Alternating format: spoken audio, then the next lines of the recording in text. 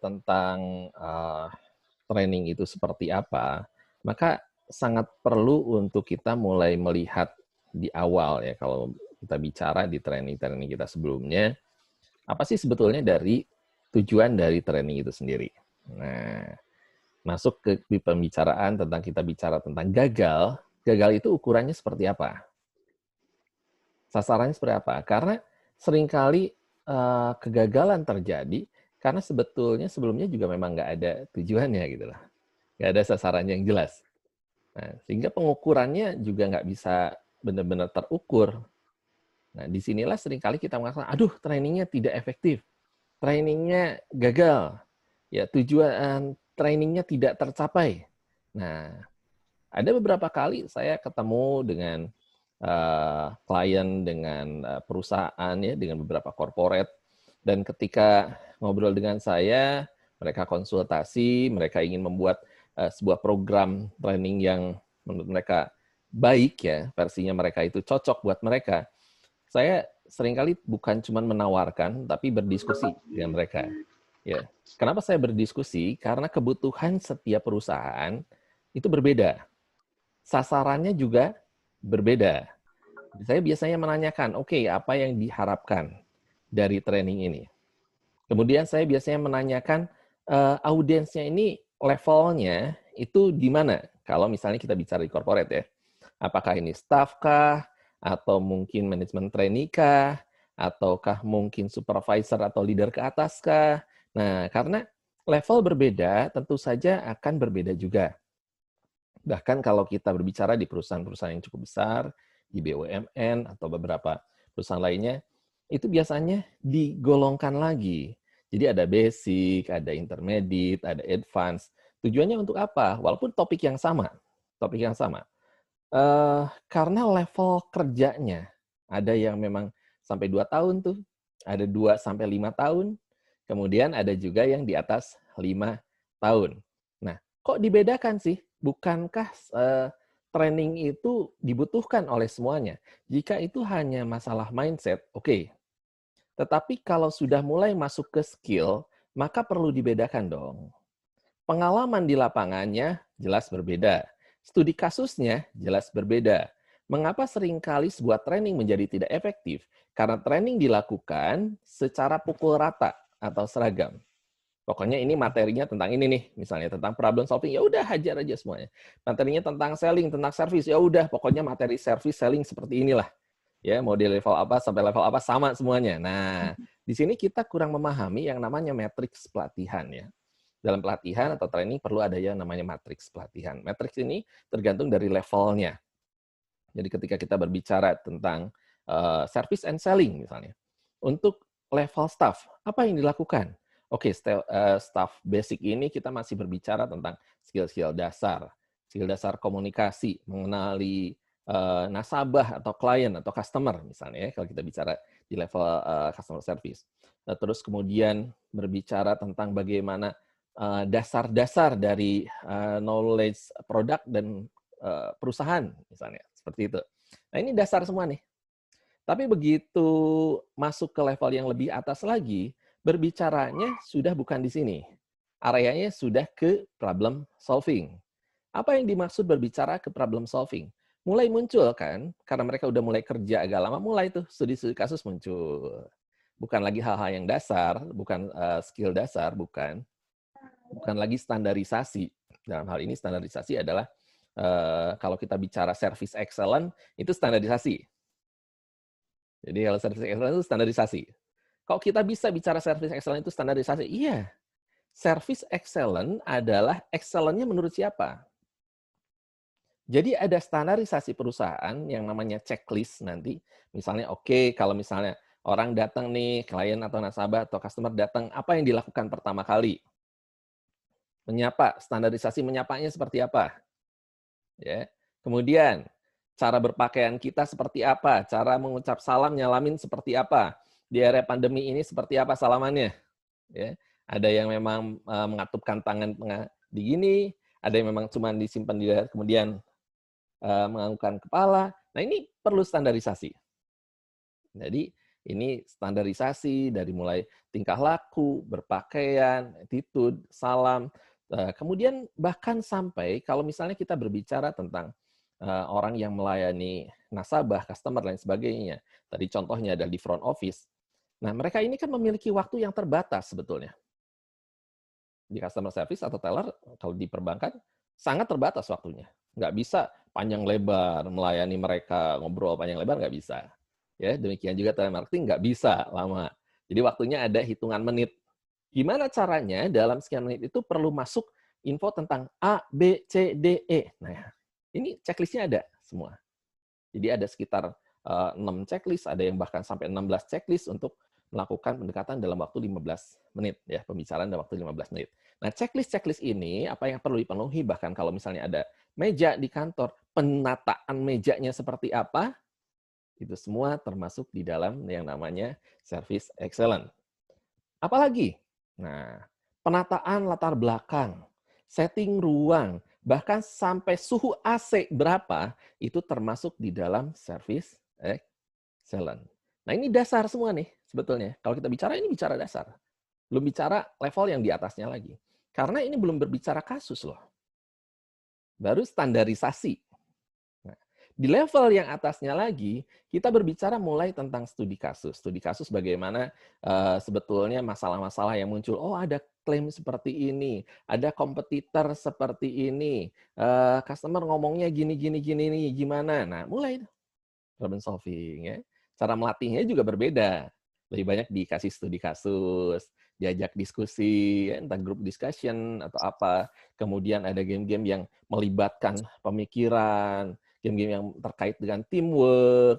Karena problem solving ini bukan hanya berbicara tentang dengan orang luar perusahaan, tetapi juga dengan rekan, setara, dan dengan atasan. Jadi mereka mulai tuh memahami itu. Nah, kalau begitu, yang di atasnya lagi apa dong? Karena ada level yang masuk ke eksekutif nantinya. Nah, di level-level eksekutif ini berbicara bukan hanya tentang problem solving, tapi bagaimana menciptakan yang namanya creative thinking and innovation thinking, di mana pemikiran mereka, kontribusi mereka sangat penting untuk kemajuan perusahaan. Nah, ini udah mulai berbeda lagi levelnya. Nah, dengan kita memahami level matriks seperti ini, maka kita mulai melihat sasaran dari orang-orang yang kita berikan pelatihan itu apa. Karena kalaupun training berjalan dengan lancar, tetapi sasarannya tidak tercapai, bisa dikatakan training itu failed. Ya. Jadi ternyata, aduh, training untuk level supervisor. Tapi yang disampaikan adalah hal-hal dasar. Nah, ini failed gitu lah. Karena apa? Mereka udah tahu itu loh. Ya. Nah, di sini perlu sekali kita menggali yang namanya sasaran. Biasanya ketika saya bertemu, saya tanya dulu, levelnya apa? Itu yang pertama, untuk mengetahui. Yang kedua, apa yang diharapkan perusahaan?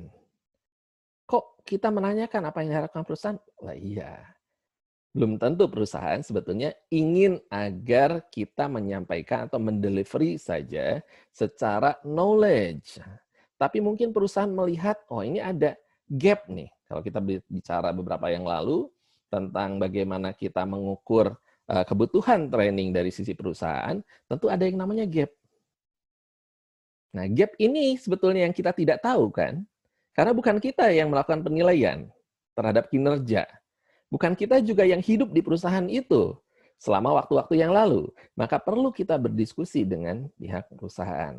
Ini apa sih yang dibutuhkan atau diharapkan oleh perusahaan? Ya, ini dulu sampai di sini. Nah, sekarang pertanyaannya, bagaimana jika training yang dilakukan ini ternyata bukan training di internal corporate, melainkan training bagi profesi tertentu. Misal, saya pembicara publik, Pak. Saya motivator, Pak.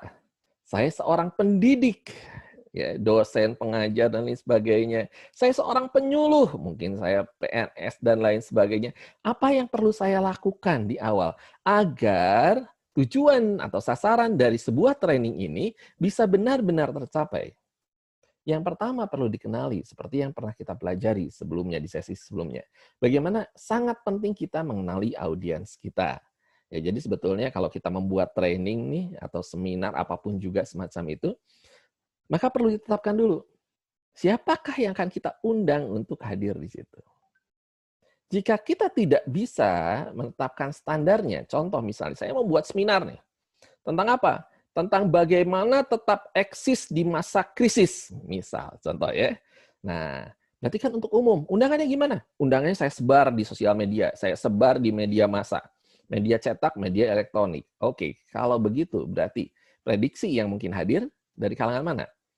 Bisa siapapun. Bisa beragam? Bisa beragam. Levelnya bisa dari mulai, apalagi kata-katanya cuma eksis aja gitu ya.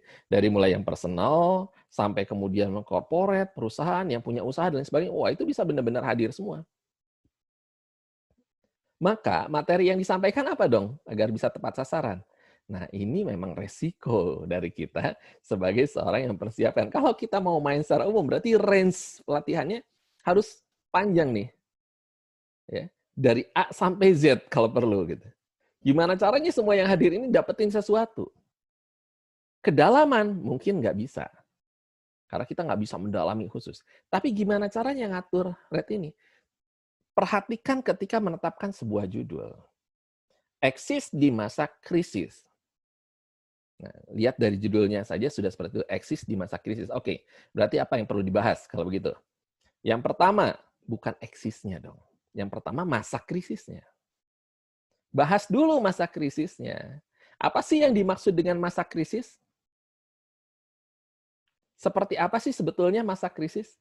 Apa pemahaman kita tentang masa krisis? Nah, jadi di awal adalah menyamakan dulu pemahaman. Ini sangat penting. Ya. Walaupun beragam, tapi samakan dulu nih. Agar apa? Agar koridornya, kotaknya itu minimal sama. Jangan ada yang mikir, aduh saya masa krisis. Krisis apa? Krisis keuangan keluarga. Ya, udah lah ya. Nah, terus ada lagi krisis apa? Saya sedang ada krisis hubungan dengan teman saya gitu. Nah, ini beda lagi kasusnya gitu kan. Nah, ini masa krisis yang mana nih yang mau kita bahas? Nah, jadi kita batasi dulu ya ruang lingkup pembicaraan kita. Oke, saat ini masa krisis. Krisis datang tanpa diduga, krisis datang tiba-tiba, krisis datang tidak bisa ditolak oleh siapapun juga. Tidak ada seorang pun bisa menghindari dan semua akan terkena siapapun Anda. Nah, itu dulu ya, paradigmanya sama. Oke, krisis itu sesuatu yang tidak terduga. Krisis itu sesuatu yang datang tiba-tiba, krisis itu sesuatu yang tidak ditolak dan seringkali tidak diinginkan. Oke. Lalu kemudian kita mulai kontekstualkan. Kontekstualnya apa? Kontekstualnya kita ngomong, seperti apa yang kita alami saat ini. Nah, ini semakin mengerucut lagi nih. Jadi walaupun tidak diinginkan, bukan yang dulu, bukan tahun 98, 2008, dan lain sebagainya, tetapi yang saat ini sedang kita alami. Nah, jadi pembicaraan tuh walaupun banyak nih, audiens beragam, dia mulai ngelihat, oh ini yang bicarain yang kondisi saat ini. Oke, menurut Bapak Ibu, apa saja yang bisa kita alami di kondisi seperti ini? Perubahan apa? Kondisi apa yang tidak seperti biasa yang terjadi di zaman sekarang ini? Mulai tuh, tayangkan, jebret. Kita udah nyiapin dong. Ya, di slide-nya atau di mana munculkan. Pertama, apa? Gaya hidup. Kedua, ya, hubungan. Ketiga, apa misalnya? Cara mengerjakan sesuatu. Keempat, profesi mulai terpengaruh. Apa saja yang mulai terpengaruh? Kita tata semua. Nah, dengan cara ini semua orang akan melihat kenapa perlu ditayangkan tadi poin-poinnya. Karena setelah kita menyamakan kondisi dan persepsi bahwa ini adalah masanya yang maksud adalah sekarang. Tidak semua orang mengalami hal yang sama. Betul ya? Kita bilang, wah kita jadi kesulitan keuangan. Yang lain bilang, enggak kok, saya nggak sulit, saya biasa-biasa aja gitu ya. Saya tetap jalan. Bahkan omset saya naik di masa krisis seperti ini. Ada yang seperti itu? Ada. Misalnya orang-orang yang bergerak di bidang medis, ya, bukan medis tenaga medis ya, tapi yang mungkin di bidang peralatan medis seperti ya sanitizer gitu, masker. Nah, ini kan peluang-peluang yang sebetulnya baru. Gitu. Nah, ketika melihat itu, enggak kok saya yang kena. Nah, berarti munculkan lagi apa lagi nih? Sampai akhirnya kita menemukan bahwa yang diubah sebetulnya bukan apa yang dialami, tetapi yang berubah itu tatanan. Tatanan masyarakat, gitu ya. Kemudian gaya hidup masyarakat, faktor-faktor makro udah mulai berubah. Nah, ketika kita mulai sama nih pemahamannya, oke berarti yang berubah tatanan, bukan cuma saya loh. Artinya ketika saya bilang ada perubahan, Ada hal yang terjadi, ini bukan individu berbicaranya, tapi berbicara tentang global, secara umum. Nah, kalau ini global terjadi secara umum pada orang lain, bukan cuma saya, berarti apa dong yang perlu saya lakukan? Nah, ini dipancing. Apa dong kalau gitu yang harus saya lakukan? Nah, untuk membuat kita tetap eksis di masa seperti ini, barulah kita berbicara di situ. Ya, misalnya A, B, C, D. Nah, poin-poin itu. Sehingga semua orang yang hadir sudah terkondisi untuk mereka mencari jawabannya. Oh iya, ini makro ya. Berarti saya perlu seperti apa? Baru nyampe. Dengan cara itu kita akan membuat orang-orang mulai terarah, terkondisi, dan terakhir baru kita simpulkan, maka yang hadir pun akan merasakan, oh ya, walaupun ini pendek waktunya, misalnya karena biasanya seminar nggak terlalu lama, atau penyuluhan tidak terlalu lama, tapi mereka bisa dapatkan poin-poin penting. Nah, ini caranya ya, salah satu caranya, agar kita bisa mengkondisikan seperti tadi. Baik, lalu jika demikian, apa yang dimaksudkan dengan kegagalan itu sendiri? Atau failed itu sendiri? Nah, karena sama seperti tadi saya berbicara tentang krisis, saya sekarang berbicara tentang fail. Apa sih yang dimaksud dengan fail atau gagal itu sendiri? Ada yang mengatakan, tidak tercapainya sasaran. Betul ya? Tidak tercapainya sasaran. Ada yang mengatakan, tidak terselenggara sebagaimana mestinya. Oke, tidak tercapai sasaran, tidak terselenggara sebagaimana mestinya. Yang ketiga apa? Yang ketiga, hasilnya tidak seperti yang diharapkan. Jadi ada yang berbicara tentang proses, ada yang berbicara tentang penyelenggaraan, ada yang berbicara tentang hasil. Berbicara tentang kegagalan ini berbicara tentang hal-hal ini. Ya. Jadi kalau kita bilang tidak tercapai sesuai sasaran, oke, kita teliti dulu sebelumnya. Itu sebabnya ketika di awal perlu berbicara dengan pihak perusahaan atau customer atau klien atau kita sendiri yang mengadakan, kita perlu tetapkan nih sasarannya apa. Agar setting dari konten dan konteks si training itu sendiri bisa disesuaikan. Ya, ini poinnya ya, sasaran. Kemudian penyelenggaraan. Ada yang mengatakan, iya sih sebenarnya dapetin sesuatu, tapi penyelenggaraannya aduh acak-acakan. Modul nggak ada yang nerima tamu, waktunya telat. Apakah ini bisa dikatakan juga gagal?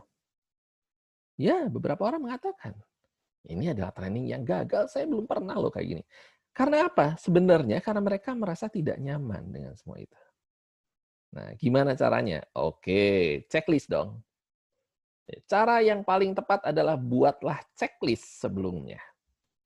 Kalau saya mau mengadakan training, apa aja nih yang perlu diadakan? Pertama, survei tempat dong. Jangan pernah mengadakan training nggak tahu tempatnya di mana atau bentuk ruangan seperti apa. Settingnya seperti apa. Bahkan kita seorang trainer, sebisa mungkin kalau saya, nyaris selalu saya menanyakan, ini setting ruangannya seperti apa?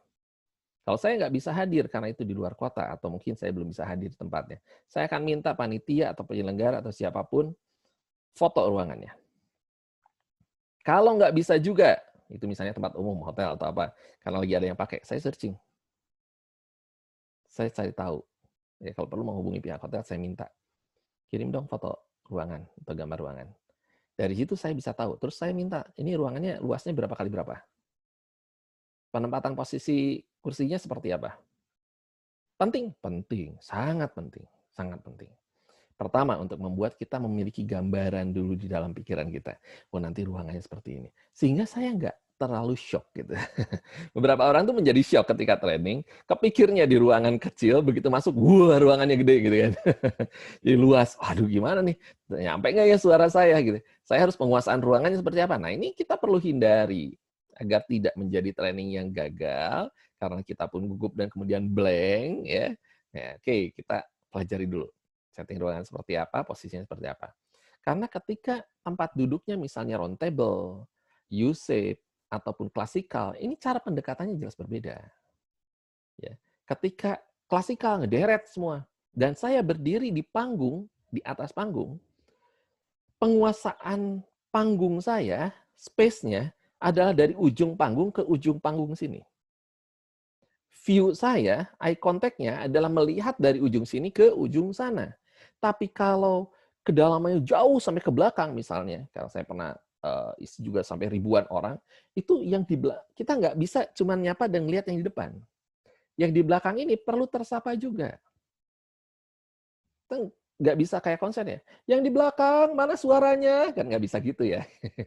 Kita ini kan agak susah juga. Jadi, tapi minimal, apa kabar Bapak Ibu? Angkat tangan seperti ini sambil lihat ke belakang. Terima kasih sudah datang. Jadi bahasa tubuh yang digunakan bukan cuma kecil. Terima kasih, selamat datang sambil ngelihat ke depan gitu ya. Nah itu yang di belakang nggak ngerasa tersapa. Nah jadi misalnya seperti itu. Kita udah persiapan, oke nanti skenario-nya seperti ini. Kemudian ketika kita U-shape itu bentuknya U dan kita biasanya di tengah di sini ya, berdirinya di sini. Begitu berdiri di sini kan berarti ada orang di sebelah sini, sebelah sini, sebelah sini. Kiri, kanan, dan depan kita. Ada yang di pinggirnya kita, kiri kanan, ada yang depan kita. Nah, di sini kita perlu gini. Nah, badan kita ikut bergerak. Kalau di panggung tadi kita kepala saja gitu dari ujung ke ujung kalau lagi nyapa. Kalau ini enggak, badan kita perlu ikut. Dari ujung ke ujung karena bentuknya U gini di depan ya. Nah, kalau kita round table seperti apa? Round table tetap di depan ya, tapi kita bergerak melangkah ke kanan ke kiri. Ada kalanya kita harus maju ke depan ke sela-sela tempat duduk. Maka gunakan mic wireless. Ya, kalau enggak clip on agar memudahkan pergerakan kita. Nah, ini adalah gambaran-gambaran di mana ketika awal kita sudah paham dulu ruangannya seperti apa. Posisi duduknya seperti apa. Jadi kita bisa mendesain pelaksanaan training seperti apa juga. Nah, gunanya apa lagi? Misalnya, training ini kan berjalan durasi berapa lama? Ini perlu diketahui. Durasinya 1 jam, 3 jam, setengah hari ya, atau 1 hari penuh. Loh, kenapa harus diketahui, Pak? Ya, perhatikan, kalau 1 jam, habis-habisan aja. Motivasi, semangat. Ya cukup, orang semangat dapetin sesuatu, udah oke. Ya. Tapi kalau 3 jam, ini udah mulai masuk harus ke konten. Pembahasan udah masuk. Nggak cukup cuman poin-poin, nggak bisa. Ya. Tapi kalau 1 jam, pembahasan mendalam, aduh nggak kekejar. Orang akhirnya kepotong tengah-tengah, semangatnya nggak dapat, spiritnya nggak deket, poinnya nggak dapat, pembahasan juga nggak dapat semua. Jadi repot.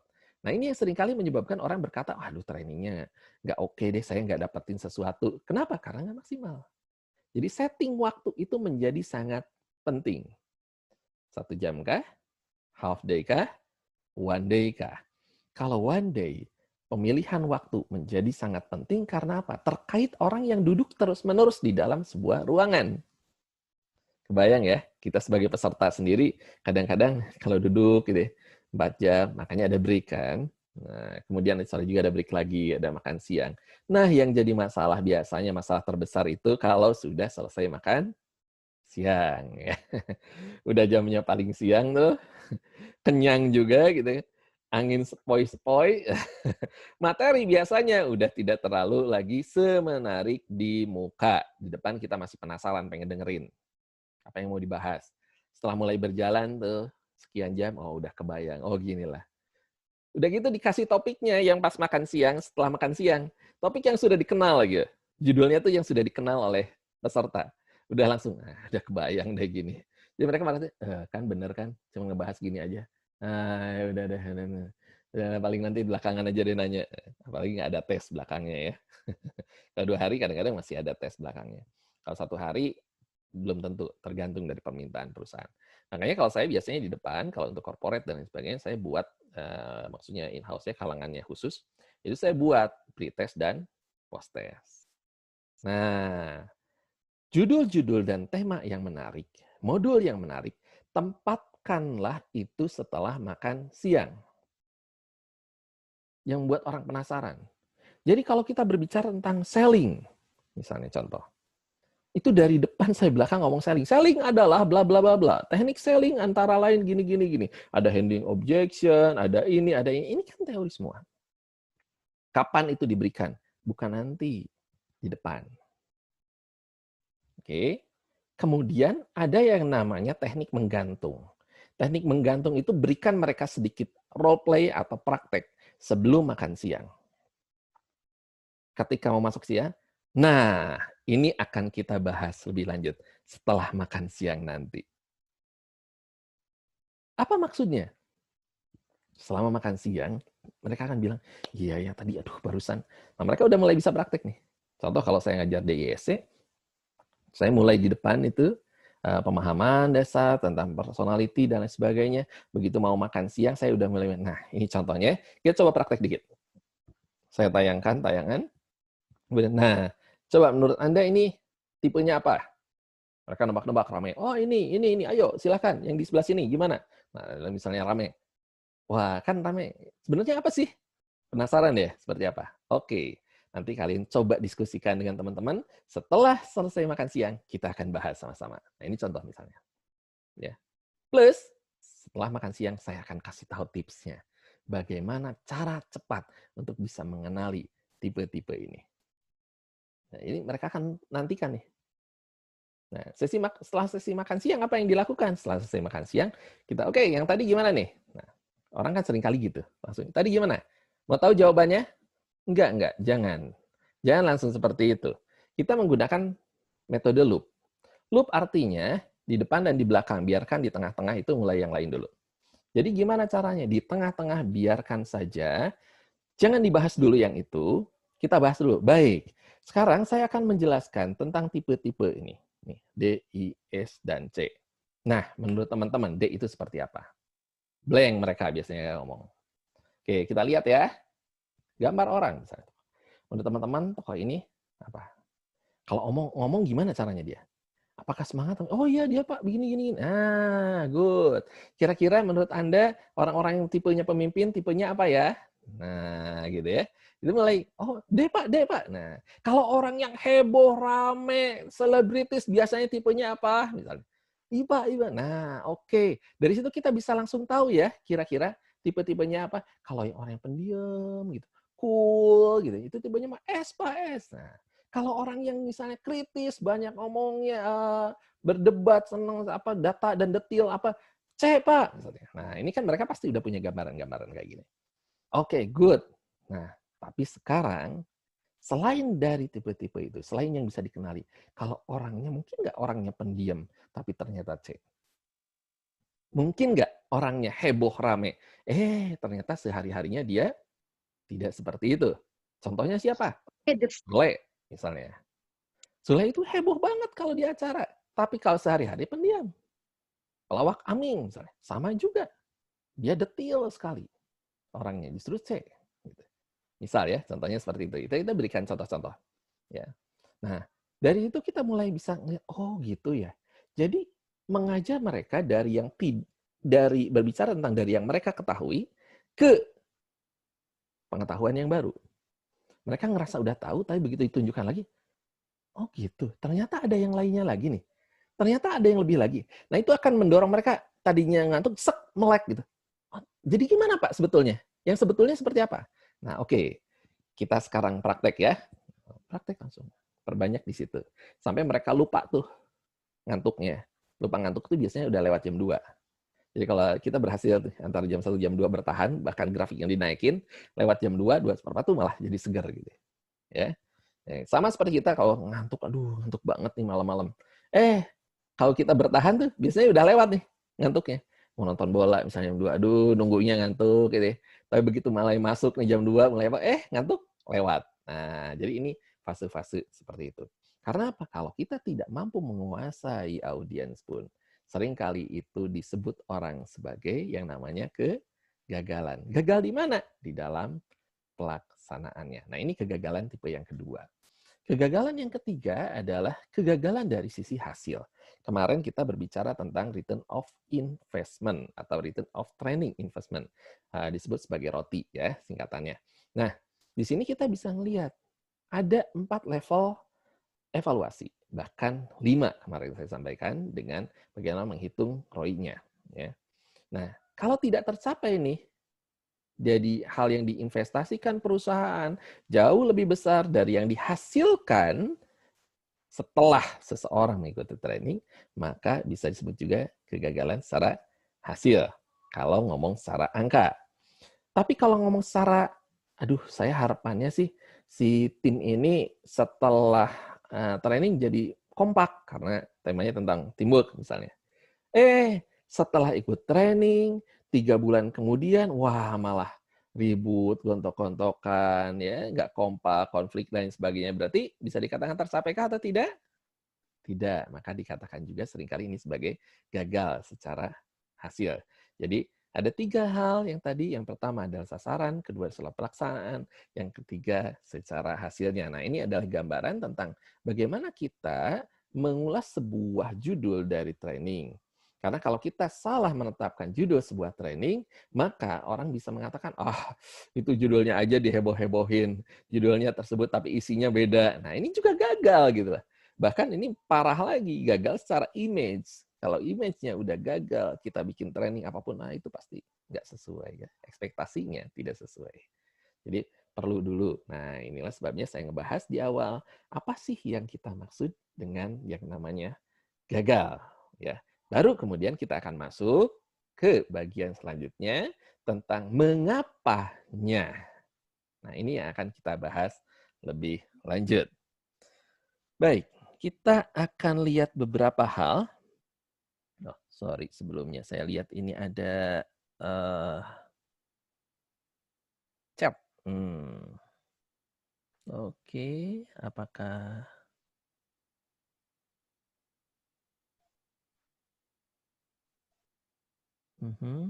Oh, enggak. Silakan jika nanti ada pertanyaan di tengah-tengah ya, Bapak Ibu ya. Jadi kalau misalnya saya sedang menjelaskan atau apa, ada pertanyaan langsung aja di chat agar nanti saya bisa langsung jawab ya. Jadi nggak usah nunggu sampai beres dulu. Baik, saya akan masuk ke sini. Bagaimana kita akan melihat mengapa training ini bisa dikatakan gagal. Oke, sebentar.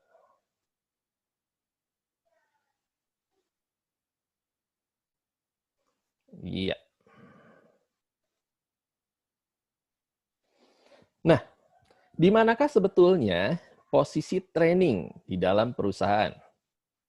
Kalau kita lihat ini, kalau ngomong hasil itu adalah strategi bisnis ke hasil bisnis.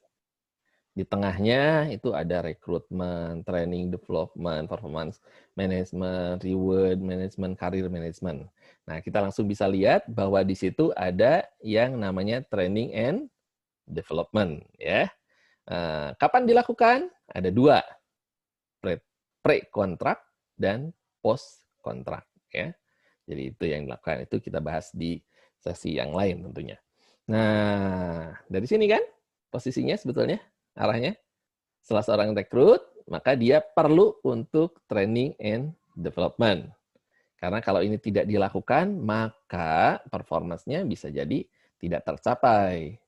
Ya, misalnya dia seorang yang sangat pengalaman, luar biasa di industri yang sama bahkan, tapi di perusahaan yang lain. Apakah etos kerjanya sama? Budaya kerjanya sama? Apakah kebijakan peraturan sama? Apakah produk sama? Tentu tidak. Timnya sama? Berbeda. Ya. Kebiasaan habit sama? Tentu beda. Disinilah perlunya yang namanya training. Nah, karena kondisi yang berbeda, maka tentu dia membutuhkan adaptasi yang berbeda juga. Ya, antara kondisinya dengan ekspektasi dari atasan, ya, dari orang-orang yang sudah ada sebelumnya, dengan kondisi ideal yang ada di perusahaan, sehingga dia perlu mengejar nih, agar selevel sini. Disinilah perlunya development. Development ini akan terkait erat dengan training, tetapi tidak selalu hanya training. Karena di sini nanti ada kolaborasi dengan bidang-bidang lainnya. Contoh, konseling dan coaching. Ya, ini menjadi sangat penting. Ya, next di hari Minggu ya, Mas Ringga ya. Kita ada sesi tentang eksekutif. Siap, Coach. Betul ya? Nah, di situ kita akan membahas juga tentang bagaimana melakukan coaching agar menjadi efektif, sehingga membuat training-training kita ini efektif di dalam penerapan hasilnya nantinya. Ya, jadi coaching after. Ini benar-benar praktis nanti karena ada coaching skill juga di hari Minggu yang kita akan pelajari. Nah, contoh lainnya lagi apa? Mentoring. Ada orang di coaching, nah mentoring tugas dari atasannya biasanya. Makanya kalau dia tidak sempat di perusahaan ada yang namanya buddy. Buddy itu orang yang senior yang ditempelkan untuk mendampingi. Biasanya di masa inisiasi atau di masa awal atau di posisi yang baru ya, seperti itu. Oke, kita lanjut. Nah, perlu dilihat ya jadinya dalam hal ini. Perusahaan pengennya seperti apa, kondisi orangnya seperti apa, sehingga ketahuan gap-nya, dan ini yang dilakukan training dan development. Andai kita tidak memahami ini, itulah sebabnya kita tidak bisa mengecek apakah training kita ini tepat sasaran atau tidak. Apakah gagal atau berhasil. Karena apa? Ukurannya sendiri nggak ada. Ukurannya sendiri nggak ada. Pencapaiannya seberapa sih? Saya contohkan, biar gampang.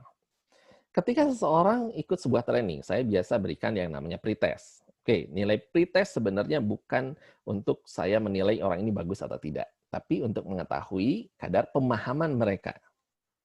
Ya, dari hasil itu saya lihat ada yang nilai 40, 60, berapa. Nggak ada masalah dengan itu. After training, saya akan berikan yang namanya post-test. Di post-test itu akan muncul tuh nilainya lagi. 60, 80, 90, bahkan ada yang 100. Oke, soal pretest dan soal post-test, apakah sama atau berbeda? Sama. Kalaupun tidak sama persis, tetapi bidang atau kategori atau kisi-kisi yang ditanyakan itu sama. Kenapa? Untuk mengukur before after-nya. Sebelum ikut training dia seperti ini, setelah ikut training dia seperti ini. Secara sisi pemahaman. Jadi yang diukur apanya? Apakah nilai akhirnya? Oh, enggak juga. Kalau sebelumnya waktu pretest nilainya 70, setelah post-test nilainya 80, berarti kenaikannya berapa? 10 nilainya. Ya. Sementara nih, misalnya, ada yang 40, begitu setelah post-test, hasilnya jadi 80. Berarti kenaikannya 40. Nah, kalau ada kenaikan 40, semestinya yang tadinya 70 bisa naik dong. Tidak hanya 10 dong, minimal jadi 90, kalau bagus bisa 100. Ini peningkatan maksudnya. Kalau sampai rata-ratanya mentok nanti di 80, berarti kita bisa evaluasi. Sebetulnya materi yang kita sampaikan hanya sampai di level 80. Kalau begitu ada dua kemungkinan. Pertama, materi tidak terdelivery sempurna. Yang kedua adalah soal yang diberikan, baik di pretest atau post-test, ya, ada yang tidak mewakili materi atau tidak diajarkan di materi. Nah, ini sebagai evaluasi. Ya. Jadi evaluasi ini bukan hanya untuk siswa, tapi kita sendiri bisa mengevaluasi. Karena dari sini akan terlihat ini gagal atau tercapai. Ya. Standar kita tercapai itu berapa persen? Rata-rata berapa orang yang mengalami progres? Jadi progresnya yang dihitung ya. Progresnya berapa persen? Nah ini ya untuk mengukur tadi dari training and development-nya seperti apa. Iya, kita akan lihat selanjutnya ini contohnya. Ya, kemarin sempat kita bahas selintas juga tentang hal ini, tentang level kompetensi ya. Jadi misalnya seorang manajer bukan manajer mungkin leader atau apa, ditempatkan di satu bidang, maka akan ada kemampuan manajerial kompetensi yang dibutuhkan, kemudian ada fungsional kompetensi, ada dua. Ya. Manajerial kompetensi ini sebetulnya sering orang mengatakan, Pak ini bukan technical Pak, ini soft skill. Oke, fine. Gitu. Kalau gitu yang teknikalnya yang mana? Yang fungsional, ya, atau hard skill-nya. Nah, ini misalnya disyaratkan untuk level tersebut. Collaboration-nya 4 ini skalanya 4 kebetulan ya. 4, 4, 3, 4. Oke, fine, good. Ini ditetapkan dari awal. Ya. Kenapa perlu ditetapkan dari awal? Agar tadi saya bilang, sasarannya udah jelas dulu. Jadi bisa terukur. Nah, lalu ada orang yang kemudian di posisi tersebut, atau akan jadi posisi tersebut, ternyata dia setelah dinilai dari kerjaan, assessment, dan lain sebagainya, nilainya seperti ini. Tahuan dong? Nah, dari sini kita lihat gap-nya. Collaboration-nya bagus, berarti ada gap? Tidak. Problem solving-nya, oke, cukup. Leadership-nya -1, berarti ada gap di situ. Nah, dari sinilah kemudian kita lihat nih orang tuh butuh diapakan. Maka kita tetapkanlah training and development program. Ya. Nah, apakah ini bisa ditetapkan per kondisi personal? Kemarin kita lihat bahwa ada yang personal seperti ini untuk memperlengkapi, ada juga program yang sudah disetting sebagai prasyarat sebuah posisi. Nah, yang ini memang perlu sudah dilakukan sebelumnya.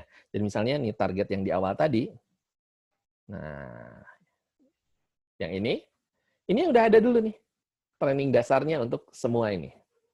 Nah, setelah ini kemudian kita lihat apakah kemudian dalam jangka waktu berjalan selama 1 tahun kah atau 6 bulan kah, ya?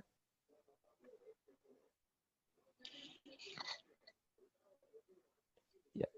Ini bergerak atau tidak, kemudian kita bisa lihat hasil assessment atau penilaian, performance appraisal-nya juga bisa dilihat. Nah, ada gap. Kalau ada gap ini, apakah ini pasti harus butuh training? Belum tentu. Ya, bisa saja yang bersangkutan bukan butuh training, melainkan dia butuhnya konseling atau coaching. Jadi kita lihat dulu nih, di sisi mana dia membutuhkan hal tersebut untuk di development. Makanya tadi training and development, bukan hanya training. Oke, nah sekarang kita lihat lebih lanjut di bagian selanjutnya. Karena di sini kita udah lihat.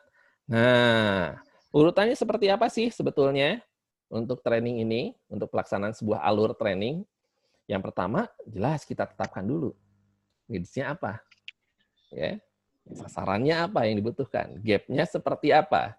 Baru kita tentukan dari sini objektif trainingnya apa? Tematiknya apa? Ya, kalau dari tadinya kompetensi nih, untuk sebuah posisi dia butuh kompetensi A, B, C, D, E, F, G ya. Kalau kita mengikuti BNSP untuk sebuah profesi, di situ ada SKKNI-nya ya. Jadi SKKNI-nya bisa lihat nih, poin kompetensinya seperti apa. Nah, nanti kita lihat kompetensi yang mana saja dan sebagainya ya bagi teman-teman yang sudah ikut di kelas training trainer corporate trainer dan public speaking, itu ada ya kita akan belajar tentang hal itu. Dan kita juga nanti akan belajar bagaimana menyusun modulnya berdasarkan hal tersebut. Oke, di training delivery kemudian mulai masuk. Dan kemudian nanti terakhir baru ada evaluation. Saya akan cepat di sini. Nah, setelah bertanya dan ngobrol panjang lebar tentang failed itu seperti apa, maka saatnya kita masuk ke bagian tentang training. Ya, training itu sendiri sebetulnya apa sih? Apa sebetulnya yang dimaksud dengan training? Ya, yang dimaksud dengan training kalau kita lihat pemahaman pengertiannya di sini adalah proses melatih. Dah, titik itu dulu deh.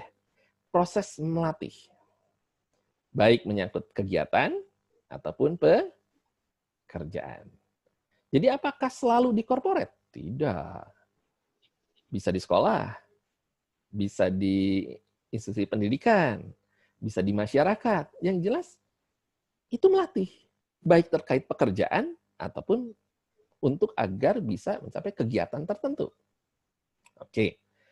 Apalagi training mempersiapkan peserta latihan untuk, saya tebalin di situ, mengambil jalur tindakan tertentu. Jadi yang diharapkan dari sebuah training setelah seseorang mengikuti training adalah adanya tindakan tertentu. Ya, tindakan tertentu. Jadi ada perilaku yang mulai berubah. Selain dari perilaku, apalagi? Ya, membantu peserta memperbaiki prestasi. Jadi ada perilakunya, ya, ada kompetensi dan pencapaian. Nah, ini tujuan dari sebuah training. Jadi kalau kita bilang, wah training gagal, melihatnya dari mana? Perilaku tidak berubah. Kalau dari hasil tadi ya. Kemudian tidak tercapainya prestasi yang meningkat. Nah, kalau kemudian dia meningkat prestasinya, tapi belum mencapai yang kita harapkan, apakah itu gagal? Konsepnya apa dulu tadi yang saya bilang gagal? Tidak tercapainya sasaran, atau kita melihat ini potensinya bisa sih, cuman butuh waktu. Nah, mungkin kita menetapkan targetnya yang terlalu pendek. Kalau kasih waktu lebih panjang, bisa. Maka kalau dalam 1 kuartal, 1 Q tidak tercapai, tapi ada progres, maka berikan waktu untuk berikutnya. Ya, tapi kalau udah 6 bulan nggak progres sama sekali, ya udahlah itu. Berarti perlu dievaluasi ulang gitu ya untuk trainingnya itu sendiri. Ya, kita lihat lagi yang berikutnya. Apa sih maksud dari pelatihan? Karena kita nggak paham pelatihan itu apa, training itu apa, kemudian kita mengatakan, oh ini trainingnya gagal. Ntar dulu, training yang mana? Yang seperti apa? Oke, kita lihat. Training atau pelatihan merupakan suatu usaha terencana. Oke, kata kuncinya terencana. Jadi nggak ada yang dadakan gitu ya. Oke, lagi ngumpul-ngumpul, ngobrol, meeting. Oke, saya lihat kita butuh training. Kita mulai ya sekarang. Nah, yang kayak gini nih agak bahaya-bahaya gitu. Ngeri-ngeri sedap gitu ya. Orang nggak siap gitu, tidak terkondisi pikiran dan hatinya untuk benar-benar bisa belajar sesuatu, tiba-tiba main hajar aja seperti itu ya. Waktunya juga mungkin mereka udah, oh saya pikir ini cuma meeting aja, kok tiba-tiba jadi training. Nah, ini perlu disetting nih waktunya. Kalaupun memang mau diselipkan secara pendek, oke. Tapi atur waktunya. Jadi sebisa mungkin tidak terlalu lebih dari jadwal meeting. Saya sering melakukan di beberapa perusahaan karena akan sulit untuk itu. Jadi ketika saya menjadi konsultan, nempel di perusahaan tersebut, ya, membantu mereka untuk program dan lain sebagainya, biasanya saya tambahkan di waktu meeting. Jadi kalau meeting misalnya 1 jam, 1,5 jam, saya tambahkan training singkat 1 jam atau 1,5 jam setelah itu. Tapi rutin, setiap minggu. Ya. Jadi, quote-nya apa nih minggu ini? Nah, insight-nya apa nih minggu ini? Apa nih dasar tindakan kita minggu ini? Lakuin. Kemudian di setting minggu depan. Kita breakdown lagi. Nah, terus seperti itu ya. Oke. Nah, terencana untuk meningkatkan mengenai apa? Pengetahuan, keahlian, dan perilaku. Kalau kita berbicara di sini berarti ngomong soal knowledge, skill, dan attitude. Ya. Jadi sebuah training sebisa mungkin mengemas ketiga hal ini. Bukan cuma transfer knowledge. Jadi sampai seorang memutuskan, oh ternyata gini ya yang dimaksud. Oh ternyata kalau tentang produk misalnya, oh ternyata produk kita punya keunggulannya seperti ini ya. Nah, trainer yang baik bukan cuma sampai di situ. Dia berbicara, oke, lalu setelah Anda tahu ini, apa yang akan Anda lakukan? Bagaimana cara menggunakan ini? Product knowledge ini. Ya, tadi pagi saya baru saja meeting seperti ini dengan sebuah perusahaan direct selling, ya ada sekitar 20 orang dari para leader yang hadir, dan mereka sebelum saya berbicara tentang product knowledge. Lalu, apa yang saya sampaikan? Saya bilang gini, Anda punya senjata, ada sekian produk, misalnya itu anggaplah senjatanya itu pisau, misalnya pistol, senapan, terus bahkan basoka. Pertanyaan saya, bagaimana cara Anda menggunakannya? Kalau itu tidak jadi untuk menghasilkan sesuatu, berarti training ini tidak memberi dampak, ya, tidak membuat kita ahli, hanya sekedar knowledge saja. Ya, makanya tidak akan berdampak dong bagi perusahaan atau kontribusi lain. Ya, ini seringkali menyebabkan seakan-akan training tersebut gagal. Ya, padahal kontennya yang kurang tepat. Penyusunan materi dan modul dari training itunya yang kurang mengakomodir sasaran. Jadi penyusunan training, modul, dan sebagainya pun perlu diperhatikan. Nggak cukup cuman kita training itu ngomong aja, mendelivery. Nggak cukup kita cuma menjelaskan slide by slide. Tapi bagaimana menyampaikannya, itu menjadi sangat penting. Oke, Gomes mengatakan bahwa training adalah setiap usaha untuk memperbaiki performansi pekerja pada suatu waktu pekerjaan tertentu yang sedang menjadi tanggung jawabnya, atau pekerjaan lain yang ada kaitannya yang sedang dipersiapkan misalnya. Jadi ada periode tertentu. Kalau kita bicara tadi soal apa yang diubahnya, harus ada konten yang terkait apa 3 hal tadi, harus terstruktur juga, dan training mengubah perilaku, ya. Kemudian maka training pun ada batasan atau ukuran waktu yang diukur. Jadi nggak bisa dibilang, ya dia kan sebelumnya bidangnya ini. Ntar dulu. Ya dia saat ini lagi bertanggung jawab atas apa. Anda memperlengkapinya untuk saat ini atau untuk yang akan datang. Ini jelas nih sasarannya. Oke. Jadi jelas ya waktunya, periodenya. Makanya Sebuah training dievaluasi dalam jangka waktu tertentu selama dia terkait bidang tersebut. Ketika dia dimutasi ke bagian lain, maka trainingnya berubah nih ukurannya. Contoh misalnya, tadinya dia di bagian produksi, ya, pindah ke bagian pembelian. Setelah ikuti produksi, tiba-tiba dimutasi nih ke bagian pembelian. Berarti kemampuan yang perlu dimiliki sekarang di bagian mana? Nah, bukan produksi lagi dong. Berarti bagian pembelian. Jadi yang diukurnya adalah mulai dari titik ini. Ya. Oke, kita akan lanjutkan. Sebelum nanti saya silahkan kalau ada yang sambil ini ditanyakan ya. Nah, jadi jika demikian,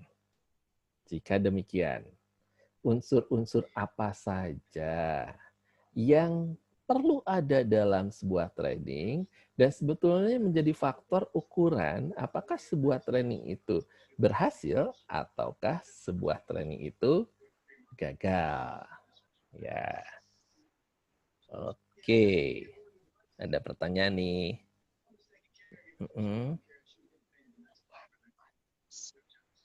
Ya, saya baca dulu sebentar ya, Pak Ibu.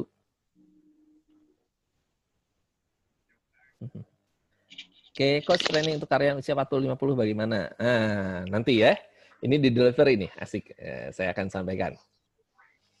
Kemudian training soft skills, perikanan kerja mas sebagai tenaga yang masih muda. Oke, munculnya reaksi positif. Ya, tadi ya, masalah konten. Ya, good. Nanti saya akan bahas juga hal ini. Menarik ya? Ada satu lagi coach yang terlewat. Dari Ibu Eni, saya bantu bacakan ya, Coach. Boleh. Untuk karyawan yang kerja di toko alat musik, training apa saja yang cocok ya, Coach? Soalnya owner ini takut kalau diberikan training alat musik, nanti malah habis training mereka resign. Iya. Ini pertanyaan dari... Iya. Menarik ya pertanyaannya. Ayo, sama-sama. Jadi ini kejadian yang mirip ya. Saya nggak ceritain yang sama, tapi mirip deh kasusnya. Satu kali saya ketemu dengan owner dari sebuah perusahaan. Perusahaan ini kebetulan bidangnya pendidikan ya, franchise gitu. Dia membuat franchise pendidikan udah banyak lah, puluhan di Indonesia, kali saya sebut namanya pasti tahu. Kemudian dia bilang, Gus, ini saya butuh agar gini. Para coach di perusahaan saya, ini butuh di training. Nah, mereka coachnya banyak. Hebat, luar biasa. Nah, kemudian, trainingnya maksudnya gimana, Bu? Sasarannya gimana? Iya, coach, butuh bla bla bla. Oke, ceritanya dia. Tapi dia memberikan catatan setelah itu. Tolong ya, coach ya. Kalau nanti menyinggung masalah entrepreneurship, lebih baik jangan. Loh, saya bilang, kok jangan menyentuh tentang entrepreneur. Bukankah seharusnya kalau perusahaan kita ingin maju, kita mengajarkan tim kita masalah entrepreneur? Pemahaman entrepreneur seperti itu sendiri apa sih sebetulnya? Mindset kah? Mentalitas kah? Sikap kah? Atau merintis sebuah usaha? Kebanyakan kan berpikir, jiwa entrepreneur, berarti harus bikin usaha baru gitu ya. Nah, ternyata kenapa dia punya traumatik hal tersebut? Sebelumnya, dia pernah undang seorang trainer di Jakarta, training. Kemudian, diadakan di semua daerah di Jakarta, trainingnya. Nah, disampaikanlah topik tentang entrepreneurship. 1 bulan katanya, sebulan setengahan lah setelah training itu, banyak yang mengajukan diri resign ternyata. Lucu, banyak yang mengajukan. Kenapa? Karena dapat materi tentang entrepreneurship gitu ya. Jadi pada bikin usaha sendiri. Ya, sebetulnya kan entrepreneurship adalah jiwa ya. Bagaimana jiwa kita memahami mentalitas di dalam pekerjaan. Saya sering bilang bahwa di pekerjaan itu ada 3 mentalitas yang bisa terjadi. Yang pertama adalah mentalitas seorang pekerja atau mindset seorang pekerja. Seorang pekerja ini senang pekerjaan yang rutin, yang selalu sama, jam kerjanya jam sekian, kalau lebih sedikit pasti mulai komplain, minta lembur, dan lain sebagainya ya. Kalau dikasih kerjaan lebih dari yang jobnya semestinya, itu juga biasanya komplain ya. Gitu. Jadi senang sesuatu yang ya biasa-biasa aja, tidak mengejar sesuatu yang lebih lagi. Ini adalah mental seorang pekerja. Tetapi ada lagi yang mentalnya seorang pedagang. Kerja tapi mentalnya pedagang ya. Dia hitung-hitungan untung ruginya gitu ya, untuk waktu yang jangka pendek. Seorang pedagang itu ngitungnya jangka pendek, oh gimana caranya saya cuan, gimana caranya saya untung, gimana saya dapat sesuatu. Jadi senang tuh dia kalau ada proyek apa, weh saya dapat ini. Ya. Kalau saya ini dapat komisi enggak, dapat ini. Hitung-hitung aja gitu. Gimana caranya dia dapat dan mendapatkan keuntungan, bahkan posisi untuk jangka waktu yang pendek ya. Cara kerjanya dihitung, kalau diminta lebih, ngitung juga dong. Nah, tapi ada seorang yang punya mental pebisnis. Dia adalah seorang yang berpikir bahwa yang dia kerjakan saat ini adalah investasi. Jadi saya sedikit cerita, saya punya teman adik kelas sebetulnya ketika SMA.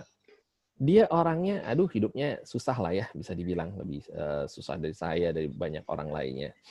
Tapi dia punya pikiran dan visi yang bagus.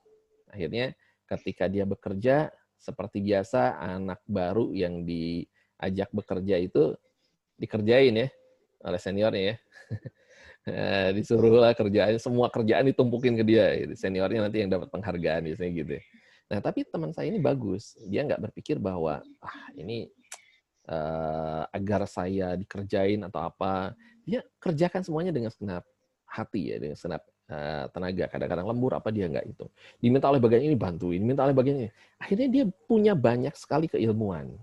Dan karena ini bidang IT ya, karena dia punya banyak sekali keilmuan, ketika kemudian Google membuat campaign dan lain sebagainya, dia ikut dan akhirnya dia, itu dunia ya, seluruh dunia. Jadi dia coba, perusahaannya nggak ada yang berani ngambil, akhirnya dia ngambil. Dia ngambil tes dan sebagainya, programnya dia akhirnya digunakan oleh Google. Ya, hari ini kerjaannya nyantai ya. Kadang-kadang dulu sempat dikasih tempat di New Zealand, terus meeting di Eropa dan sebagainya, kemarin di Berlin untuk Microsoft 10 dan sebagainya. Sekarang kerjanya cuma pakai laptop aja di mana-mana gitu ya. Kecuali dibutuhkan dia harus datang langsung. Jadi seperti itu. Karena apa? Mau belajar dan mengembangkan diri. Nah, sekarang berarti bagaimana untuk perusahaan agar tadi sih yang dilatih musik itu nggak keluar. Pertama, yang diajarkan bukan bagaimana cara dia memainkan alat musik dengan bagus dong.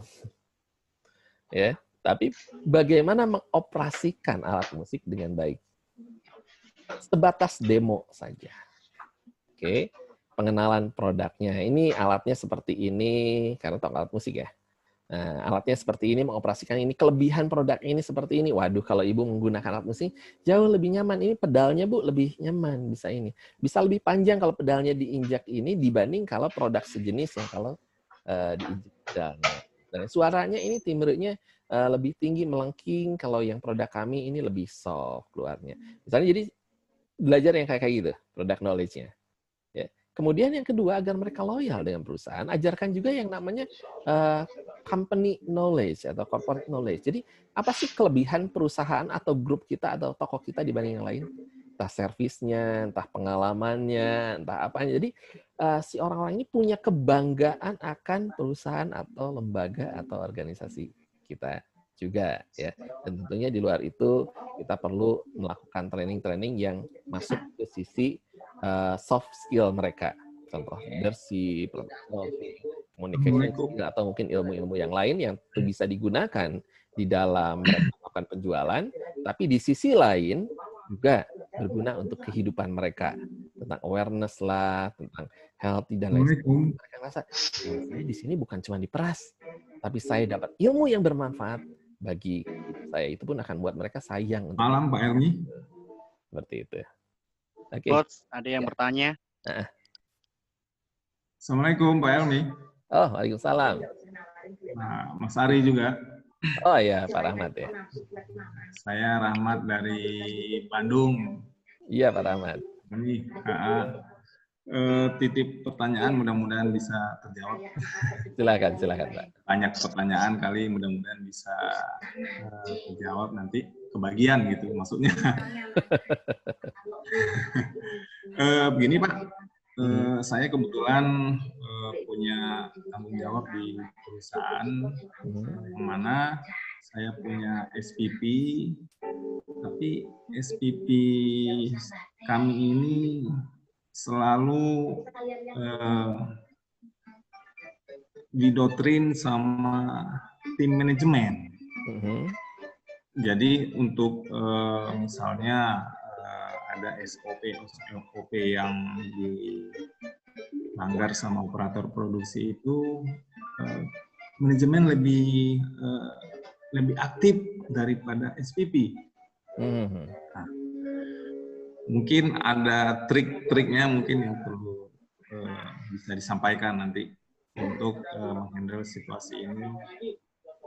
Dan udah cukup lama juga ya seperti ini. Jadi malah lebih aktif itu manajemen daripada SPP-nya gitu. Mengintervensi maksudnya Pak? Gimana? Intervensi ya? Manajemennya mengintervensi tugas-tugas atau SOP dari supervisor seperti itu. Iya, karena actionnya kurang. Actionnya itu kurang dari si SPP-nya. Jadi kita melihat, wah kenapa jadi harus manajemen yang action dulu ya? Oke, fine. Ya, baik, paham. Actionnya mungkin agak telat gitu, tapi kalau selalu kita ingatkan, oh iya Pak. Kita pingin SPP-nya duluan gitu, jangan manajemen duluan. Biar nggak loncat mungkin bisa dibantu nanti masukannya. Boleh. Terima kasih. Boleh, thank you Pak. Ya, biasanya karena sasaran dari pelatihannya Pak.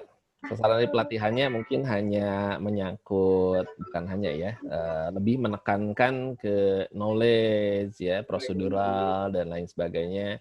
Beberapa orang, walaupun mereka dianggap senior atau pindahan dari corporate lain, tetapi secara action ada orang ya. Jadi ini sebenarnya kemarin saya baru bahas nih di kelas Boost Up Business with DISC. Jadi ada orang-orang tipe, dan kebanyakan itu memang tipe S ya, tipe steadiness. Ragu-ragu tuh Pak, kalau mau melakukan sesuatu tuh takut, aduh saya salah nggak nih gitu. Melampaui wewenang saya nggak nih gitu. Kalau saya proaktif atau punya inisiatif dan lain sebagainya. Nah, dalam hal ini mungkin perlu di dalam training itu disampaikan. Misalnya, oke, batasan seperti ini. Contoh-contoh biasa kalian lakukan seperti ini. Tetapi ini loh batasan, nggak boleh seperti ini. Nah, itunya mungkin bisa disampaikan. Itu pertama, Pak. Yang kedua, bisa mengantisipasi dengan di dalam meeting. Di dalam meeting, bisa meeting mingguan atau gimana, itu bisa di-breakdown contoh-contoh kasus dan kemudian bagaimana mengatasinya. Termasuk problem solving dan creative thinking-nya. Bagaimana sih kalau keadaan seperti ini? Inovasi apa yang bisa dilakukan dalam persaingan seperti ini dan sebagainya. Jadi lebih banyak contoh-contoh. Mungkin ada orang yang berniat melakukan, tapi referensinya nggak cukup di dalam pikirannya. Sehingga dia nggak tahu harus seperti apa. Nah, baru kemudian yang ketiga, bisa saja, ini bisa saja. Orang-orang tersebut punya tipikal, ya kalau di DSC-nya, yang kurang tepat dalam penempatan atau placement posisi. Ya, misalnya dia nggak punya tipe D, gitu ya, nggak punya, sehingga untuk memutuskan juga sulit. Nah, yang ini perlu dilatih lagi. Jadi pelatihannya bisa dalam training, atau mungkin perlu kita gali terlebih dahulu dengan coaching, Pak.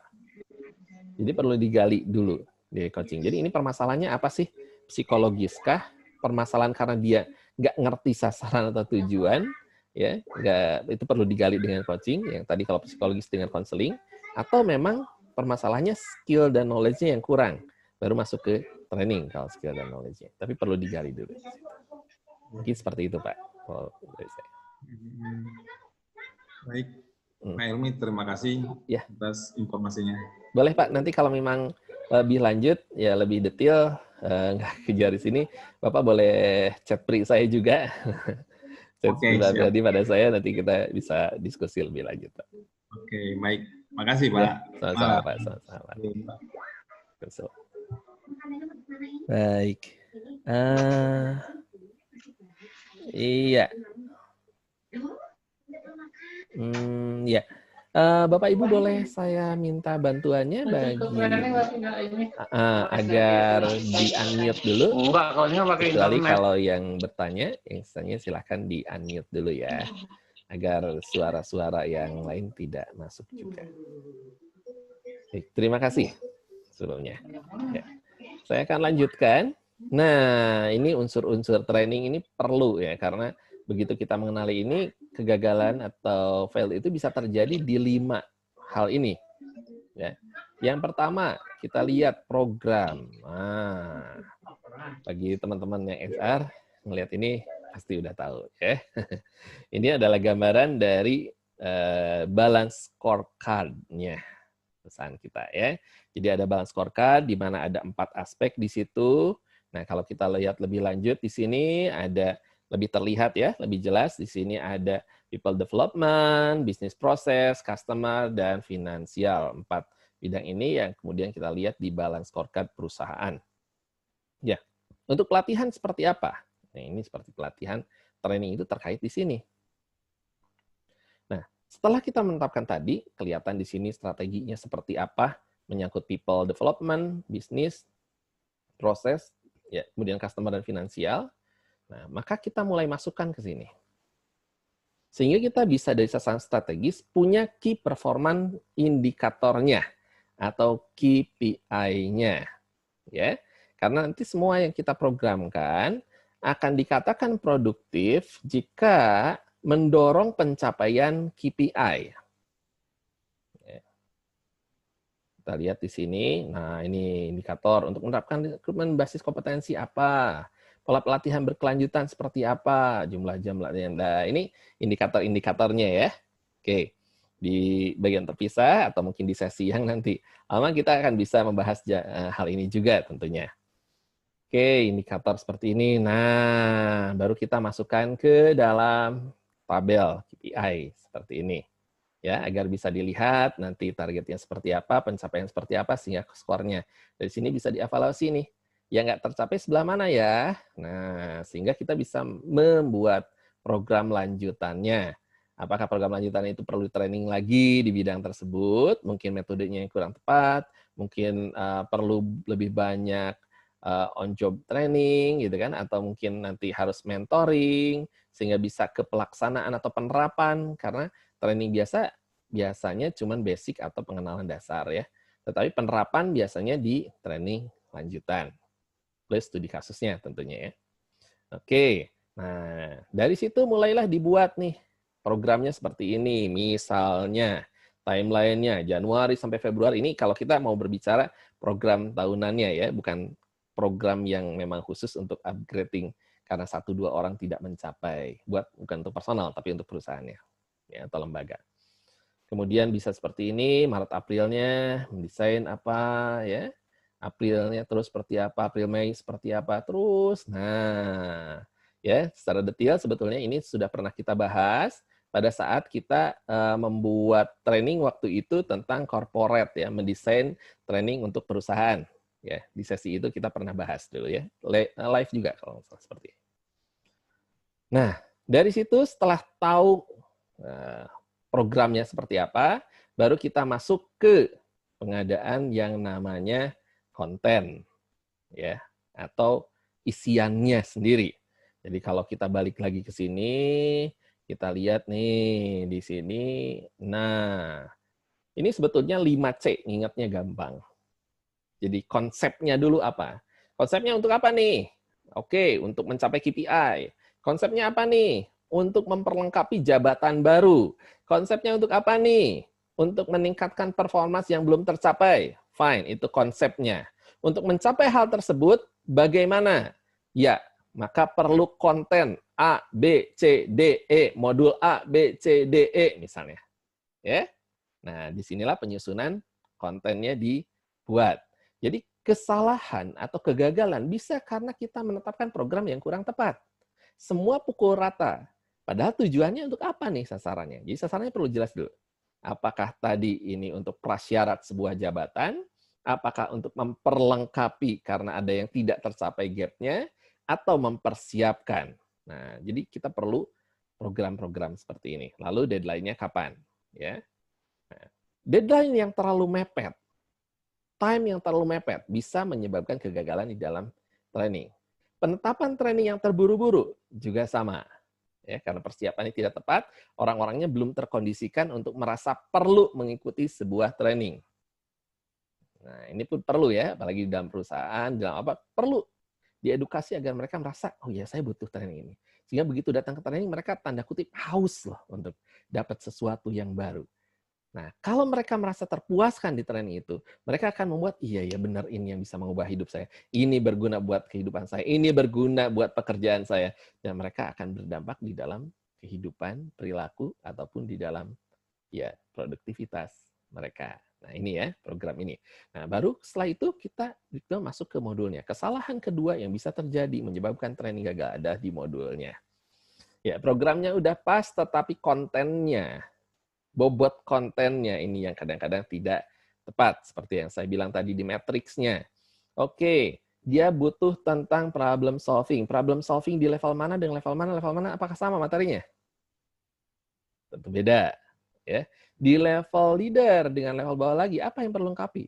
Oh iya, di level supervisor, kenapa dia tidak tahu bagaimana melakukannya? Karena dia tidak mengerti bagaimana how to managing people. Sehingga ketika dia ngerasa udah melakukan A, B, C, aduh dia putus asa kok, mentok ya, kok saya nggak bisa ya, jangan-jangan saya nggak berbakat ya, jangan-jangan saya nggak ngerti ya. Nah, dia mulai akhirnya karena gagal terus-menerus, dia jadi apatis. Ini bisa juga terjadi ya. Jadi modulnya perlu benar-benar ditata dengan baik. Dari mulai bagaimana modul itu membukanya, kemudian mindset-nya, kemudian dasar teorinya apa, seperti tadi yang saya sampaikan, begitu saya ngomong soal training, oke, mindset di depan saya ngomong. Ya. Setelah mindset, saya bicara apa? Teori. Dasar teorinya apa nih? Perlu ada dasarnya yang valid. Entah pendapat ahli, entah survei, riset, atau kondisi di perusahaan, data faktanya, itu disampaikan. Ya. Setelah itu baru how to-nya. Oh iya, ini ada kondisi seperti ini, ada fakta data seperti ini, tapi kok saya belum mencapai sini. Tapi kok kondisi hari ini seperti ini. Berarti orang mulai menyadari, iya ya ini ada yang salah nih. Sehingga saya perlu untuk upgrade diri agar bisa nyampe ke situ. Nah, disitulah kemudian baru kita berbicara, ya bukan hanya secara modulnya, tetapi bagaimana penerapannya di dalam studi kasus dan lain sebagainya. Kita akan lihat berikut ini. Oke, nah ini adalah langkah-langkah dalam penyiapan konten atau modul. Jadi menganalisa audiensnya. Ya, silakan. Ada Masih yang ingat? bertanya tadi. Ya. Boleh saya bacakan lagi, Coach? Boleh. Silakan. Silakan, Mas Ringga. Ya, Coach. Dari Pak Sutadi, Kendari. Ya. Coach, izin bertanya. Boleh. Apa dampaknya jika training yang dilaksanakan tidak dilakukan TNA terlebih dahulu, training need analysis.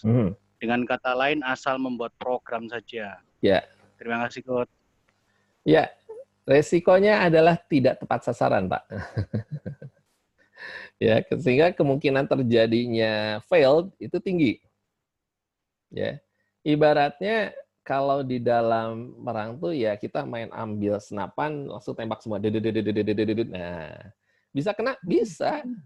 Tapi bisa juga kena ke yang lain yang tidak efektif. Berapa banyak amunisi yang terbuang, ya, peluru yang terbuang. Nah, ini perlu diperhatikan. Karena untuk membuat sebuah training akan ada biaya yang dikeluarkan. Waktu yang dikeluarkan. Semestinya nih karyawan atau tim ini mengerjakan sesuatu yang produktif buat pekerjaan. Akibat karena ikut training, waktunya kan tersita. Pekerjaan yang rutinnya jadi numpuk. Nah, tapi tidak menghasilkan sesuai itu sebagaimana mestinya. Jadi kan ini kerugian sebetulnya buat perusahaan. Ya. Jadi buat kita juga sama ya. Kalau kita datang sebuah training, udah ikut sebuah training, nggak taunya yang disampaikan tidak sesuai dengan kebutuhan kita ya, meleset gitu kan. Nah, ini orang ngerasa apa? Ya, sayang saya ikut training seperti ini. Ya, jadi itu menyebabkan tidak tercapainya sasaran ya tanpa training ini. Bisa kena, bisa, tapi itu spekulasi, benar-benar spekulasi. Sayang waktu, sayang tenaga, sayang juga tentunya secara biaya. Seperti itu, Pak. Ada lagi, Mas Ringga mungkin? Sebentar, Coach. Boleh. Ada komentar dari Silakan. Pak Sutadi? Atau ada tambahan? Silakan, Pak.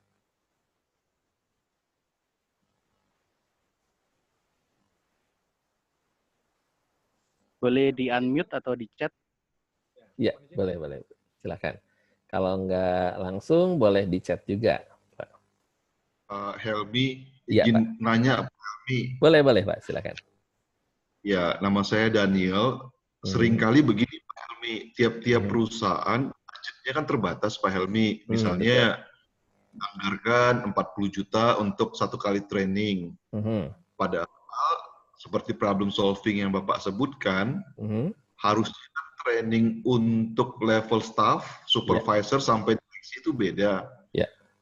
Masalahnya cuma satu Pak, misalnya staffnya cuma ada 10, manajernya ada 2, direktur ada 1. Itu biasa dicampur tuh Pak. Karena nggak training manajer 2 orang ya nggak jalan Pak.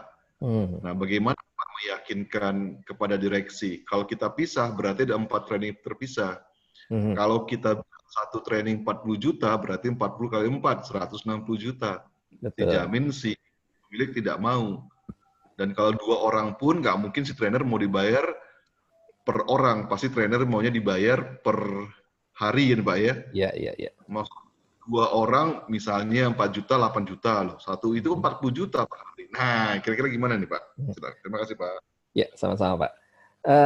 Ini pernah saya alami, jadi ada perusahaan yang datang, saya sebutlah ini perusahaan internasional sebetulnya ya, perusahaan besar, ya karyawannya 80.000 lah di Indonesia sendiri. Ya, dan pengembangan beberapa pabriknya lah. Ya, hari ini lagi terkenal, ya lagi beberapa banyak. Ya, ketika saya masuk di sini, saya ngobrol, diskusi dengan mereka, ya memang kemudian mereka mengatakan bahwa ini Pak, mohon maaf karena kita ada program dari pusat seperti ini untuk promo dan lain sebagainya. Budget kita cuma segini Pak, tapi kita benar-benar perlu. Jadi seperti apa? Nah, yang saya lakukan adalah saya mendesainkan. Ya, saya berdiskusi, saya mendesainkan. Oke, seperti ini Pak. Tapi kita bikin tanda kutip seakan appointment dengan pihak mereka. Jadi artinya, oke, ini yang saya delivery di dalam training. Kemudian after itu saya akan bantu untuk misalnya ada yang bentuknya kuesioner atau misalnya arahan bagaimana si leader-leader untuk memfollow up melakukan pada timnya. Nah, maaf sebentar. Oke. Jadi saat itu yang saya lakukan adalah saya lakukan trainingnya, memang range-nya yang tadi saya bilang jadi lebih panjang. Seperti hari ini. Hari ini saya berbicara tentang why training failed, itu saya kan nggak tahu range-nya Bapak Ibu di mana nih. Ya. Jadi saya bicara dari A sampai Z. Otomatis tentu akan ada pendalaman-pendalaman yang kurang dibutuhkan lebih. Nah, ketika dibutuhkan lebih ini gimana caranya? Ya, bisa aja saya bantu lewat referensi tulisan, atau saya bantu lewat coaching setelah itu, dan sebagainya, sehingga biaya yang dikeluarkan, kalaupun ada penambahan, tidak harus jadi biaya full 4 kali training. Melainkan 1 kali training, tapi setelah itu mungkin 1 jam tambahan, atau 2 jam penambahan untuk orang-orang tertentu tersebut. Ini balik lagi memang trainernya ya, mau atau tidak untuk melakukan seperti itu. Dan negosiasi dari perusahaannya. Nah, biasanya yang saya lakukan di sesi lain juga adalah seperti ini. Misal kita lakukan trainingnya, training knowledge-nya atau dasarnya 1 hari. Misalnya harusnya tadinya budgetnya untuk 2 hari. Nah, kita lakukan 1 hari, begitu hari kedua, kita bagi waktu.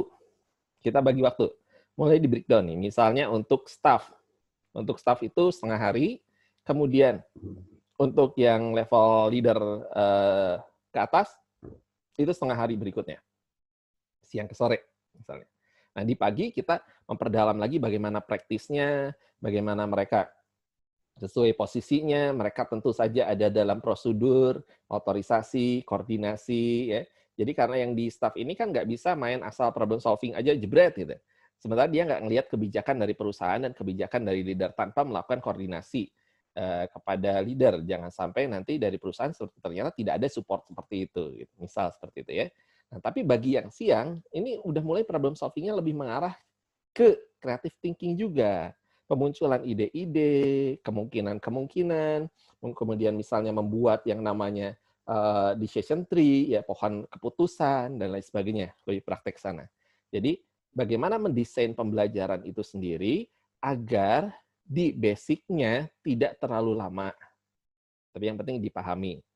Nah, prakteknya itu yang dibagi jadi 2 sesi. di hari berikutnya. Biasanya yang saya lakukan seperti itu, Pak. Kecuali kalau misalnya trainingnya ternyata saya bawa asisten, nanti di sesi hari kedua di-split tuh, dibagi 2. Jadi kayak kelasnya gitu ya. Ini kelas 11 ini dengan waktu yang sama. Ya, saya share dengan asisten saya biasanya untuk fee dan sebagainya. Itu bisa dilakukan juga, Pak. Seperti itu, Pak. Terima kasih, Pak Helmi. Iya. Sangat membantu. Terima kasih juga, Pak Daniel. Sama. Saya masih hijau, Pak. Kepingin belajar terus, Pak. Aduh, sama-sama, Pak. Saya juga terima kasih banyak. Senang bisa diskusi. Baik, silakan Bapak Ibu. Ada lagi? Saya lihat di sini ada ya, di pertanyaan, Mas. Enggak ya? Ada, Coach. Ini dari Mas Budi. Coach, mohon pencerahan untuk proses training yang dilakukan secara virtual. Komposisinya ya? Komposisi seperti apa yang tepat untuk dalam setting waktu antara penyampaian materi dengan ice breaking untuk memecah kebosanan, Coach? Iya, ice breaking. Oke. Menarik ya ketika kita bicara soal ice breaking. Ini ya di sesi kelas panjang kemungkinan saya akan bahas tentang ini, tentang bagaimana beberapa teman-teman juga saya minta untuk membuat video ya, video secara pribadi praktek dan kemudian saya review satu persatu. Karena sangat penting untuk mengatur timing ya. Timing kita hari ini berbicara secara virtual berapa lama nih? 2 jam ya kita bicara. Nah, bagaimana ngaturnya di depan tadi?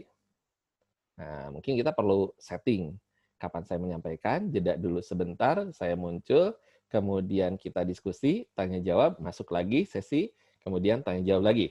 Jadi nggak bisa tuh terus sepanjang itu ngomong terus, baru di belakang nanti pertanyaan. Nggak bisa. Ya. Nah, ini perlu dipelajari juga. Ada perbedaan kita live seperti ini dengan di kelas yang tulisan. Di kelas tulisan seperti di WA misalnya, itu ada kalanya kalaupun kita nanya nggak ada yang jawab. Ketika kita ngomong nggak ada yang respon. Bisa terjadi, bisa gitu lah. Kejadian seperti itu. Karena nggak live kan. Jadi orang-orang kadang-kadang berpikir gini, saya ikut kelas WA. Atau nanti ada waktu saya baca aja gitu kan. Tapi pada saat waktu training sendiri sebetulnya nggak hadir gitu kan. Nah baru terakhir baru muncul gitu. Di depan nyapa, di belakang muncul gitu pertanyaan. Nah, biasanya seperti itu. Ya beberapa ya, ada seperti itu. Nah tapi kalau kayak gini, kita perlu atur ritmenya.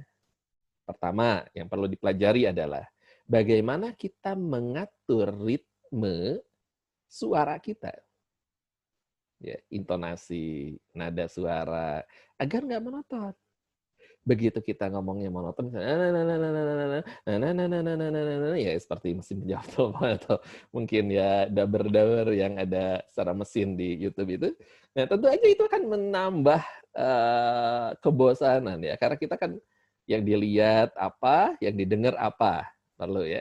Kemudian yang ditampilkan nggak bisa tulisan ngederet gitu. Jadi perlu pakai tanda panah, warna-warna yang dimunculkan. Berbeda dengan kita ketika live offline di kelas. Kita live offline di kelas, ada interaksi, mereka lihat gerakan tubuh kita dan lain sebagainya. Lalu selain itu gunakan juga tetap ekspresi ya. Kemudian gerakan tangan dan lain sebagainya itu tetap digunakan. Nah, timingnya seperti apa? Timingnya sebetulnya kan ini pertanyaannya ada tentang ice breaking. Saya punya pertanyaan, bagaimana cara membuat ice breaking di acara seperti ini, virtual? Apakah mungkin? Mungkin, sangat mungkin. Tetapi kita lihat dulu dong audiensnya. Ini kelas atau apa? Seminarkah atau apa?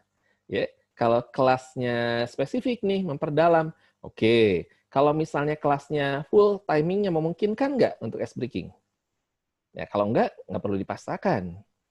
Gitu. Jangan sampai kita fokusnya mempelajari ice breaking panjang. Itu ice breaking itu butuh interaksi loh. Betul ya? Yeah. Misal aja, saya contoh gini. Ini kita main-main sejenak. Oke. Jika saya nah ini kata kuncinya adalah jangan lupakan orang ketiga. Ini salah satu contoh ice breaking. Saya keluar dulu agar bisa teman-teman lihat wajah. Oke. Kata kuncinya adalah jangan lupakan orang ketiga. Yang udah tahu pasti udah senyum. Oke. Jika orang pertamanya saya, orang keduanya Mas Ringga, siapakah orang ketiganya? Gampang ya pertanyaannya. Di layar kelihatan nih posisinya. Jika orang pertamanya saya, orang keduanya Mas Ringga, maka siapakah orang ketiganya? Ada yang mau jawab? Silahkan. Setan ikut saya.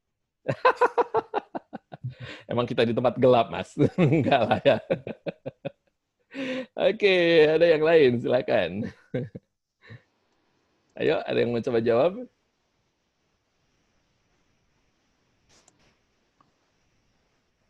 Saya kasih contoh gampang lah ya. Jika orang pertamanya saya, orang keduanya Pak Eko, siapakah orang ketiganya?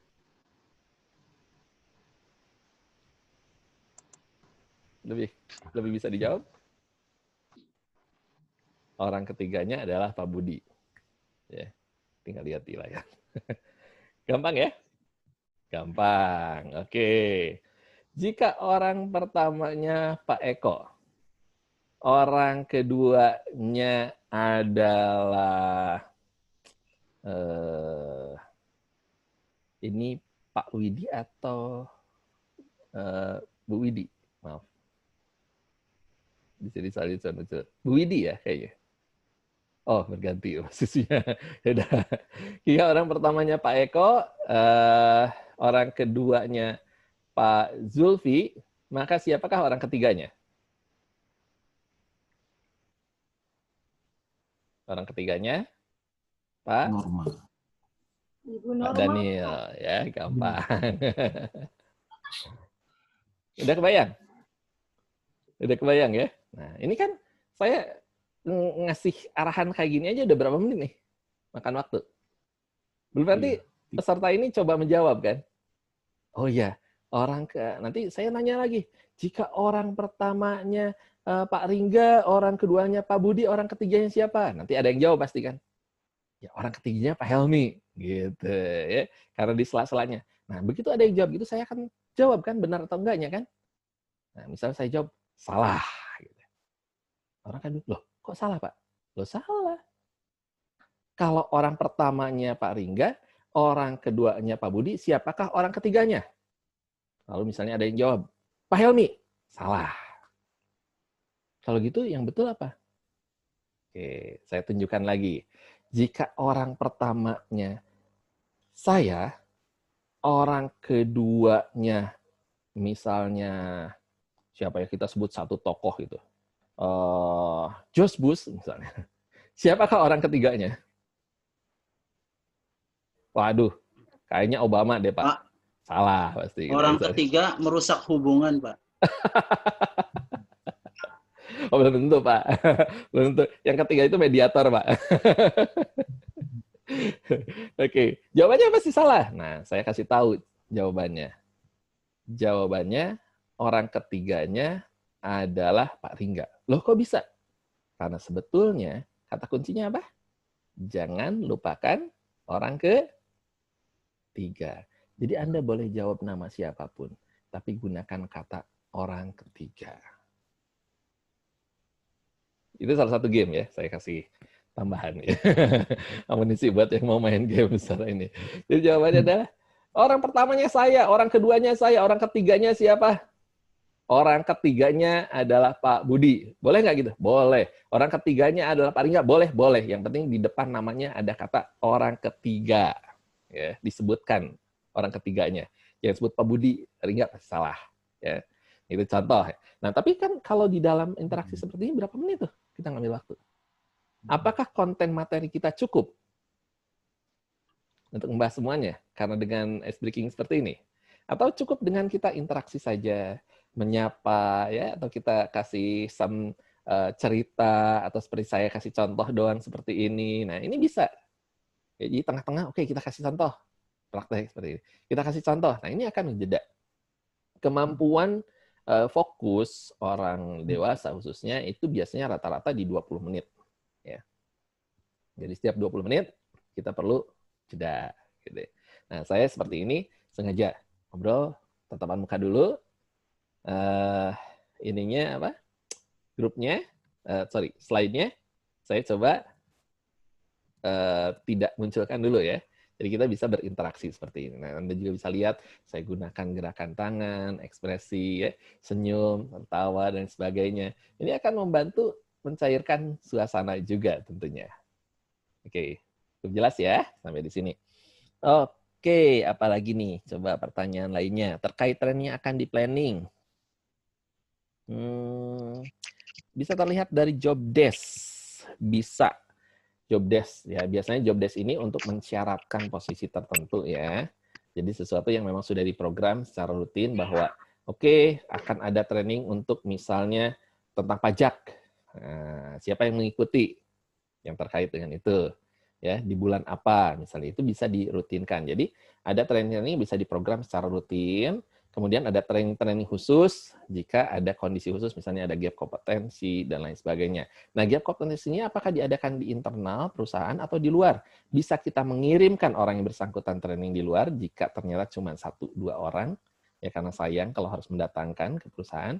Atau mungkin kalau ternyata banyak tapi waktu produksi dan sebagainya tidak bisa di cancel, maka lebih baik kirimkan orang yang kompeten untuk mengajar di perusahaan. Entah trainernya, entah HR-nya untuk mengikuti sebuah training. Nanti biar dia yang mentrainingkan pada orang di dalam perusahaan ya, agar lebih kontekstual. Itu juga bisa dilakukan. Lalu kemudian agar bersedia ikut. Iya. Ini ada yang jawab orang ketiganya paling enggak ya. Thank you. Oke, ini jawabannya benar nih, Pak Awaldi ya. Luar biasa. Kita kasih tepuk tangan. Oke, nah ini ada tentang bagaimana caranya level manager mau ikut ke dalam sebuah training, padahal yang ngajarnya selevelan. Nah, dia perlu melihat gap-nya dulu ya. Apakah ini hal yang baru atau gimana, sebisa mungkin judul training dan poin-poinnya mulai dimunculkan hal-hal yang baru. Ya. Misalnya, bagaimana mengatasi... Di sini juga banyak, ini Coach, gimana? Banyak trainer juga di sini Coach. Wah, luar biasa ya. Ya saya tadi lihat nama-namanya, wis kayaknya ini saya pada tahu deh. Oke, tapi apa sih yang menyebabkan seseorang itu mau mengikuti sebuah training? Ini pertanyaan sederhana ya. Betul ya? Oke, saya tanyakan. Bapak Ibu yang trainer, yang mungkin HR dan sebagainya, kenapa sih pengen mengikuti sebuah training? Kadang-kadang kan sebenarnya udah tahu, gini ternyata, temanya pasti paling-paling gini. Pasti ada yang namanya curiosity ya, ada yang namanya keingintahuan. Kenapa pengen tahu? Bisa dari judulnya, bisa dari poinnya yang dibahas. Jadi bagaimana membuat manajer mau hadir? Tunjukkan hal-hal yang tidak diketahui atau belum diketahui oleh yang bersangkutan. Apakah training Anda dijamin berhasil hanya dengan membuat sebuah program yang hebat? Apakah trainer yang hebat bisa menjamin sebuah training menghasilkan sasaran seperti yang diinginkan? Nah, misalnya itu buat, iya nggak sih ya? Nah, sekarang mulai bertanya. Jadi, tagline, judul, ya, poin-poin atau pertanyaan atau copywriting yang berbau pertanyaan kadang-kadang bisa menarik perhatian seseorang ya, termasuk headline yang provokatif, terungkap, nah itu kan fakta bahwa, nah nanti di bawahnya apa gitu kan misalnya, bagaimana membangun sebuah dan poin-poin selanjutnya, ini bisa dilakukan Pak. Oke. Ada ingin tahu cara menyampaikan ya, ingin tahu cara menyampaikannya seperti apa ya. Nah kita lihat. Mungkin kita ada fakta yang bisa disampaikan ke para manajer ini.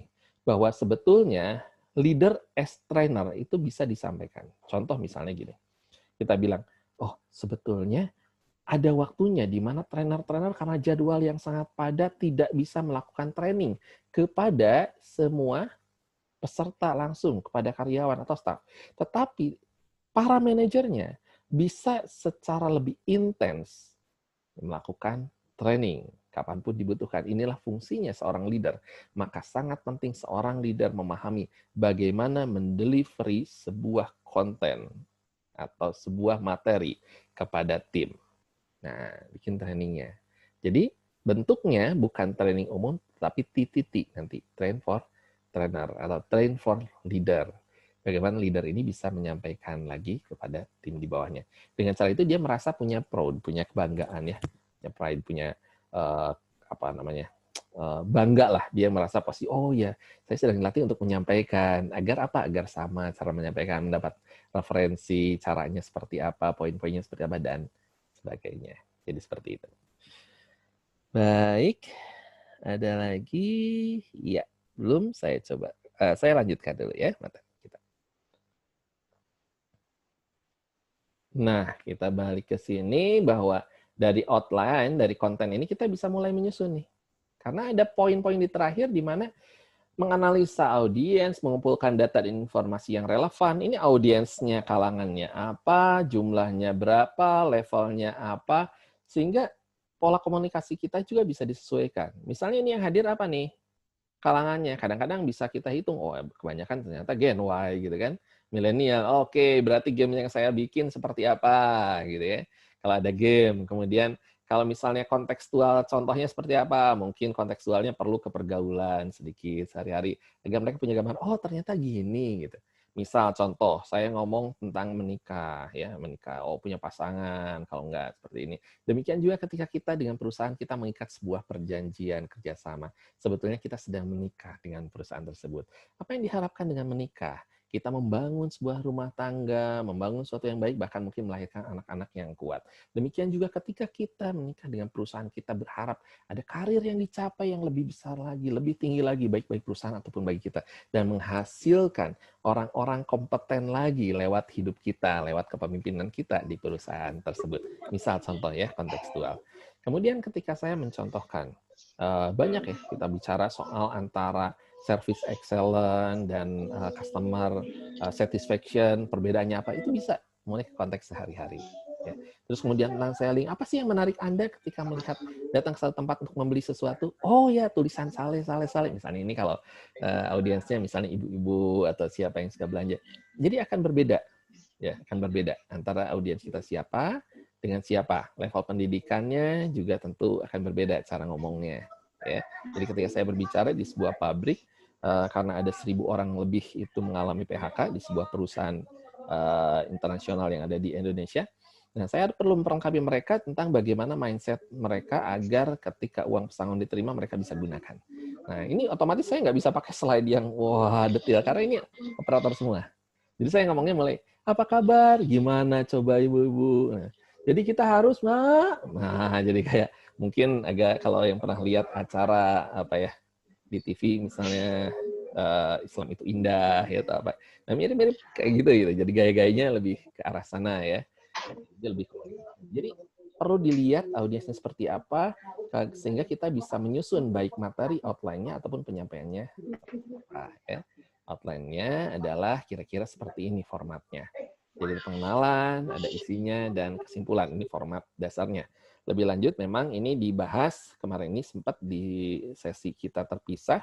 Sesi seperti ini juga tentang powerful modul ya. Jadi mungkin next semoga ada lagi kesempatan untuk kita membahas hal ini.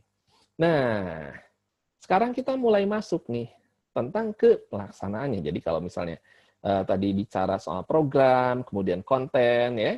Jadi mulai dari konsep, kemudian masuk ke konten. Nah, sekarang konteksnya.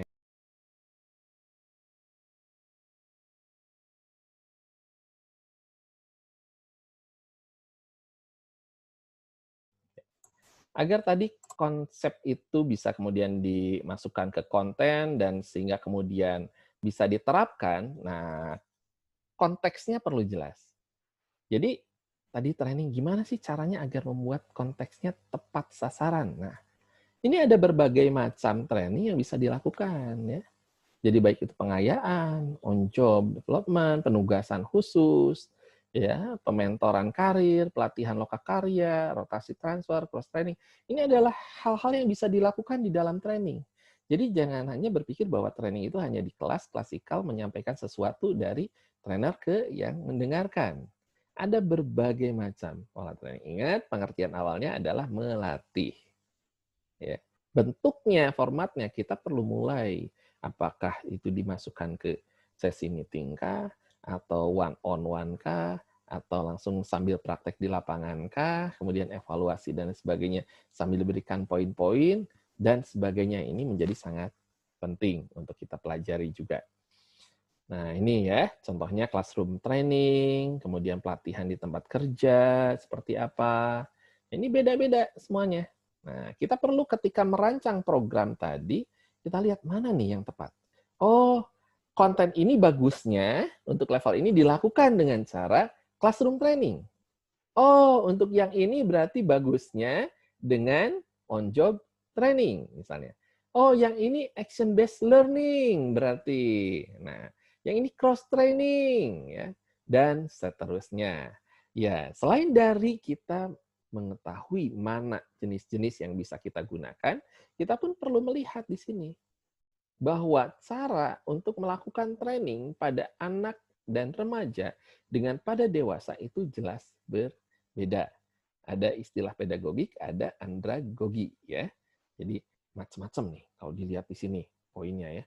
Ada dari sisi konsep diri, pengalaman, perspektif waktu, kondisi fisik, dan lain sebagainya. Aduh, kalau orang dewasa ini kondisi fisiknya mungkin tidak seenergik anak-anak muda. Jadi kalau buat training juga jangan sampai prakteknya yang fisikalnya terlalu tinggi, setelah udah prakteknya capek nih.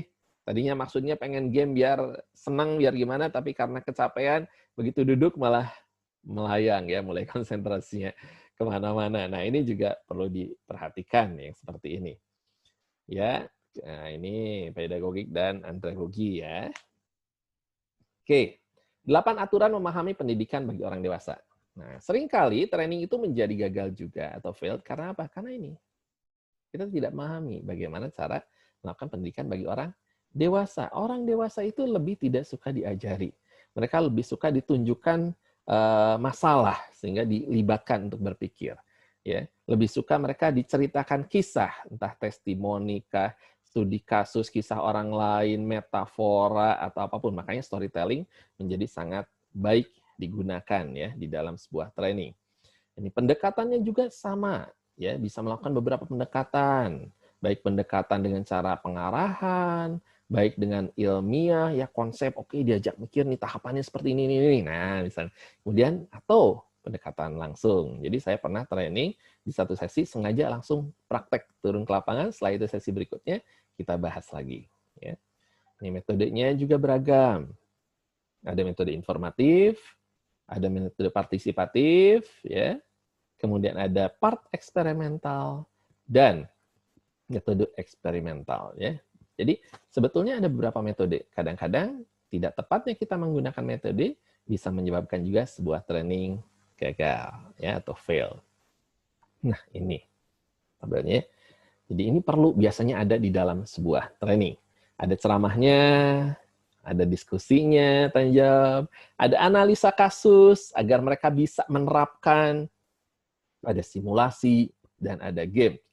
Di beberapa training, ada orang-orang yang biasanya hadir, manajer ke atas, itu kadang-kadang mereka bukan masalah apa yang dijelaskan.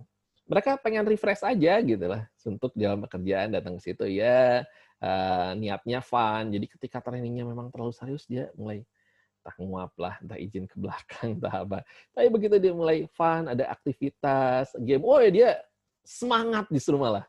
Dia hadir malah di situ, ya. Nah, ini perlu kita lihat juga, ya, kondisi-kondisinya, karena ada orang-orang yang memang di usia tertentu atau kesibukan tertentu senang untuk melakukan ini karena refresh, atau kita kontekstual kan, ya, itu biasanya mereka lebih tertarik dengan kondisi itu.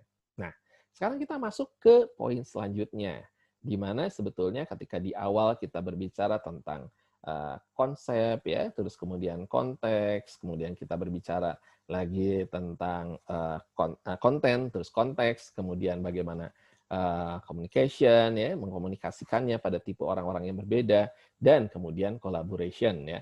Di bagian akhir ini kita berbicara collaboration adalah bahwa sebuah training bisa terselenggara dengan baik jika unsur-unsur atau pihak-pihak yang terkait ini juga berpartisipasi dengan baik. Nah, di sini ada tugasnya trainee, si yang di training, trainernya, dan manajer. Manajer ini pihak perusahaan, ya. Jadi bisa siapapun, entah pimpinan atau leader atau siapa yang di atasnya. Secara periode ada sebelum, selama, dan setelah. Jadi tiga-tiganya memiliki fungsi dan peran di sini. Contoh, sebelum training, apa yang perlu dilakukan manajer? Nah, misalnya melakukan performance appraisal dulu ya, agar bisa ada dasarnya. Kemudian libatkan supervisor dan trainee dalam program analisa kebutuhan trainingnya. Sehingga mereka menyadari, entah coaching dulu bisa, misalnya. Oh iya ya, ternyata saya gini. Berarti saya tidak mencapai karena apa? Oh iya Pak, saya butuh ini. Ada 6 level ya, di hari Minggu nanti kita akan berbicara juga tentang coaching after training itu. Bagaimana ada 6 tahapan SCM ya, situational coaching model, di mana dari mulai tujuan sampai ke tindakan. Nah, di sini kan mulai digali. Orang punya tujuan, iya Pak, sebetulnya saya tuh pengen gini. Tapi saya kurang, kenapa kamu nggak perform? Iya Pak, karena gini. Nah, dari situ dia mulai menyadari bahwa sebetulnya dia membutuhkan yang namanya upgrade skill. Dia membutuhkan yang namanya training. Dia membutuhkan yang namanya penambahan, baik itu knowledge, skill, ataupun attitude. Ya, jadi seperti itu. Nah, terus mereview isi konstruksi dan sebagainya. Trainernya juga sama, perlu mendesain latihannya dan sebagainya. Trainingnya perlu memberikan, ya kadang-kadang perlu ada kuesioner sebelum training yang bisa diberikan. Ya, ini manajer juga sama, selama training seperti apa, trainernya dan trainingnya.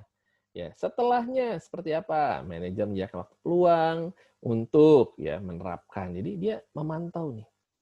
Kemarin di training diajarin apa ya? Oh ini. Oke.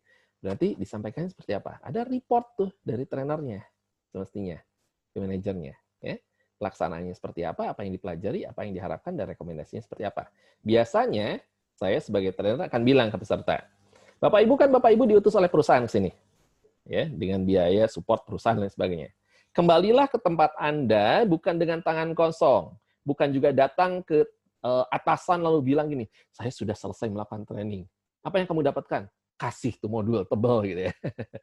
Ya, atasan pasti langsung bilang, ya ampun, ini mah bukannya laporan ya, ngasih kerjaan saya harus pelajari. Tapi sebisa mungkin buatlah semacam berita acara. Training tanggal sekian, jam sekian sampai sekian, dihadiri sekian orang. Ternyata ini poin-poinnya yang dipelajari sesi 1, ini, 2, 3. Dan yang terpenting adalah di sebelah bawahnya berikan rekomendasi.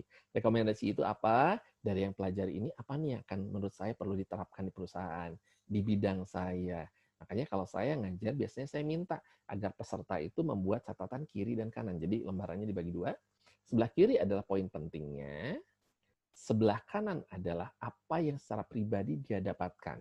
Aha-nya atau wow-nya yang untuk dia lakukan atau tindak lanjuti seusai dari training.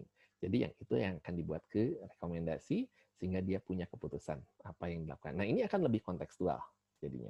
Training akan jadi lebih bisa diterapkan untuk mencegah sebuah training bisa gagal ya atau fail. Oke, mereview kembali isi trainingnya karena ada catatan tadi, bukan cuma catatan atau modul teorinya saja, tapi ada yang perlu dilakukan dan seterusnya ya. Jadi ada latihan-latihan juga yang semestinya dilakukan secara praktek di dalam training. Oke, sekarang bagaimana memotivasi training agar tadi saya bilang apa yang dipelajari bisa dilakukan. Nah, ternyata terkait erat dengan hal ini. Nah, mungkin Bapak Ibu ya ada yang pernah, tentu banyak saya tahu, yang sudah pernah masuk ke logical level of NLP. Silakan kalau ada yang pernah boleh share atau boleh diskusi, bertanya menyangkut hal ini. Malam, Coach. Iya. Ya, Coach, waktunya kurang 2 menit lagi. Bagaimana ini? Apa foto terlebih dahulu atau seperti gitu apa? Ya? Atau nanti lanjut gitu? Boleh. Kita foto dulu ya. Foto dulu ya. Oh, boleh. Foto dulu ya, boleh ya? Boleh. Karena memang ini ada beberapa boleh dinyalakan teman-teman sampai sebelum kita lanjut ya. Ya, ada yang barusan juga saya lihat ada yang pamit duluan nih kebetulan. Oke, saya keluar dulu ya. Ya, tadi ada izin keluar duluan juga. Oke, kita foto dulu, silakan. Silakan nanti, insya Allah nanti bisa dijawab ya, Coach. Ya, silakan. Kalau senggang ya. Sekalian sekitar hari Minggu malam ada event dari Young HRD Indonesia membahas tentang coaching ya, Coach ya. Ya. Betul. Ya, jadi eksekutif coaching. Jadi teman-teman nanti ya bisa belajar coaching bersama Coach Helmi tentunya. Dan yang menarik membahas tentang eksekutif coach ya, Coach. Ya. Coaching yang diterapkan di organisasi. Ya. Jadi nanti bisa chat di grup sekalian japri ke saya, monggo. Silakan. Ya, jadi nanti hari Minggu itu kita akan membahas tentang eksekutif coaching. Beberapa teman-teman mungkin berpikir bagaimana cara melakukan coaching di perusahaan, level tahapan-tahapannya seperti apa yang sederhana dan bisa diterapkan tapi nggak terlalu ngejelimet ya. Saya udah susunkan ada 6 level ya di SCM itu udah bisa dilakukan. Kemudian tapi saya bukan seorang trainer atau misalnya seorang coach, seorang pimpinan di perusahaan, bagaimana?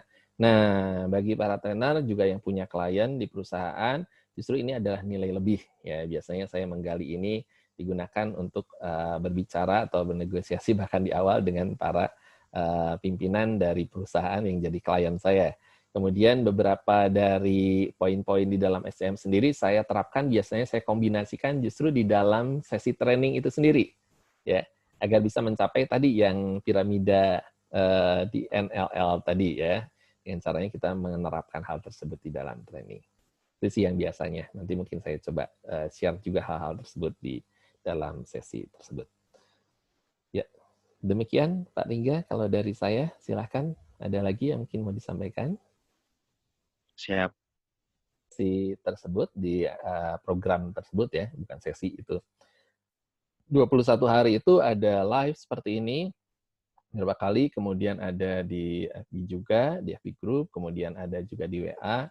Beberapa metode kita terapkan, termasuk live-nya kita lakukan, yang tadi saya bilang, teman-teman juga saya review gitu kan untuk training-trainingnya, jadi ada praktek juga.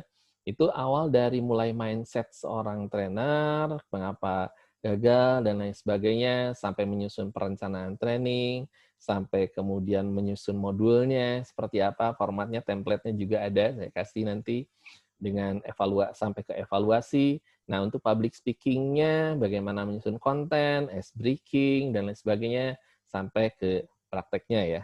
Jadi tips-tips yang saya kasih juga tentang mengatasi kegugupan, masalah jika ada orang-orang peserta yang memang ya troublemaker lah ya istilahnya. Seperti itu, gimana ngatasinya dan sebagainya. Jadi silahkan kalau teman-teman melihat ini hal yang penting, baik untuk meningkatkan tadi mencapai level yang lebih lagi, silahkan. Dengan senang hati saya akan share banyak hal ya, pengalaman saya selama 30 tahunan ini di bidang training.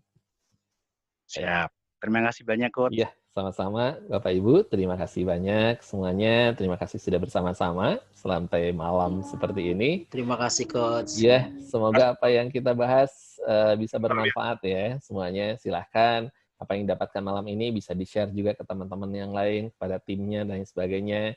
Jika kemudian pada saat prakteknya ada hal yang ingin diskusikan, dengan senang hati silahkan bisa didiskusikan di grup atau mungkin ya saya secara pribadi atau ke Pak Rida. Baik, sampai di sini sesi kita malam hari ini. Terima kasih banyak atas kebersamaannya. Sampai jumpa di kelas berikutnya.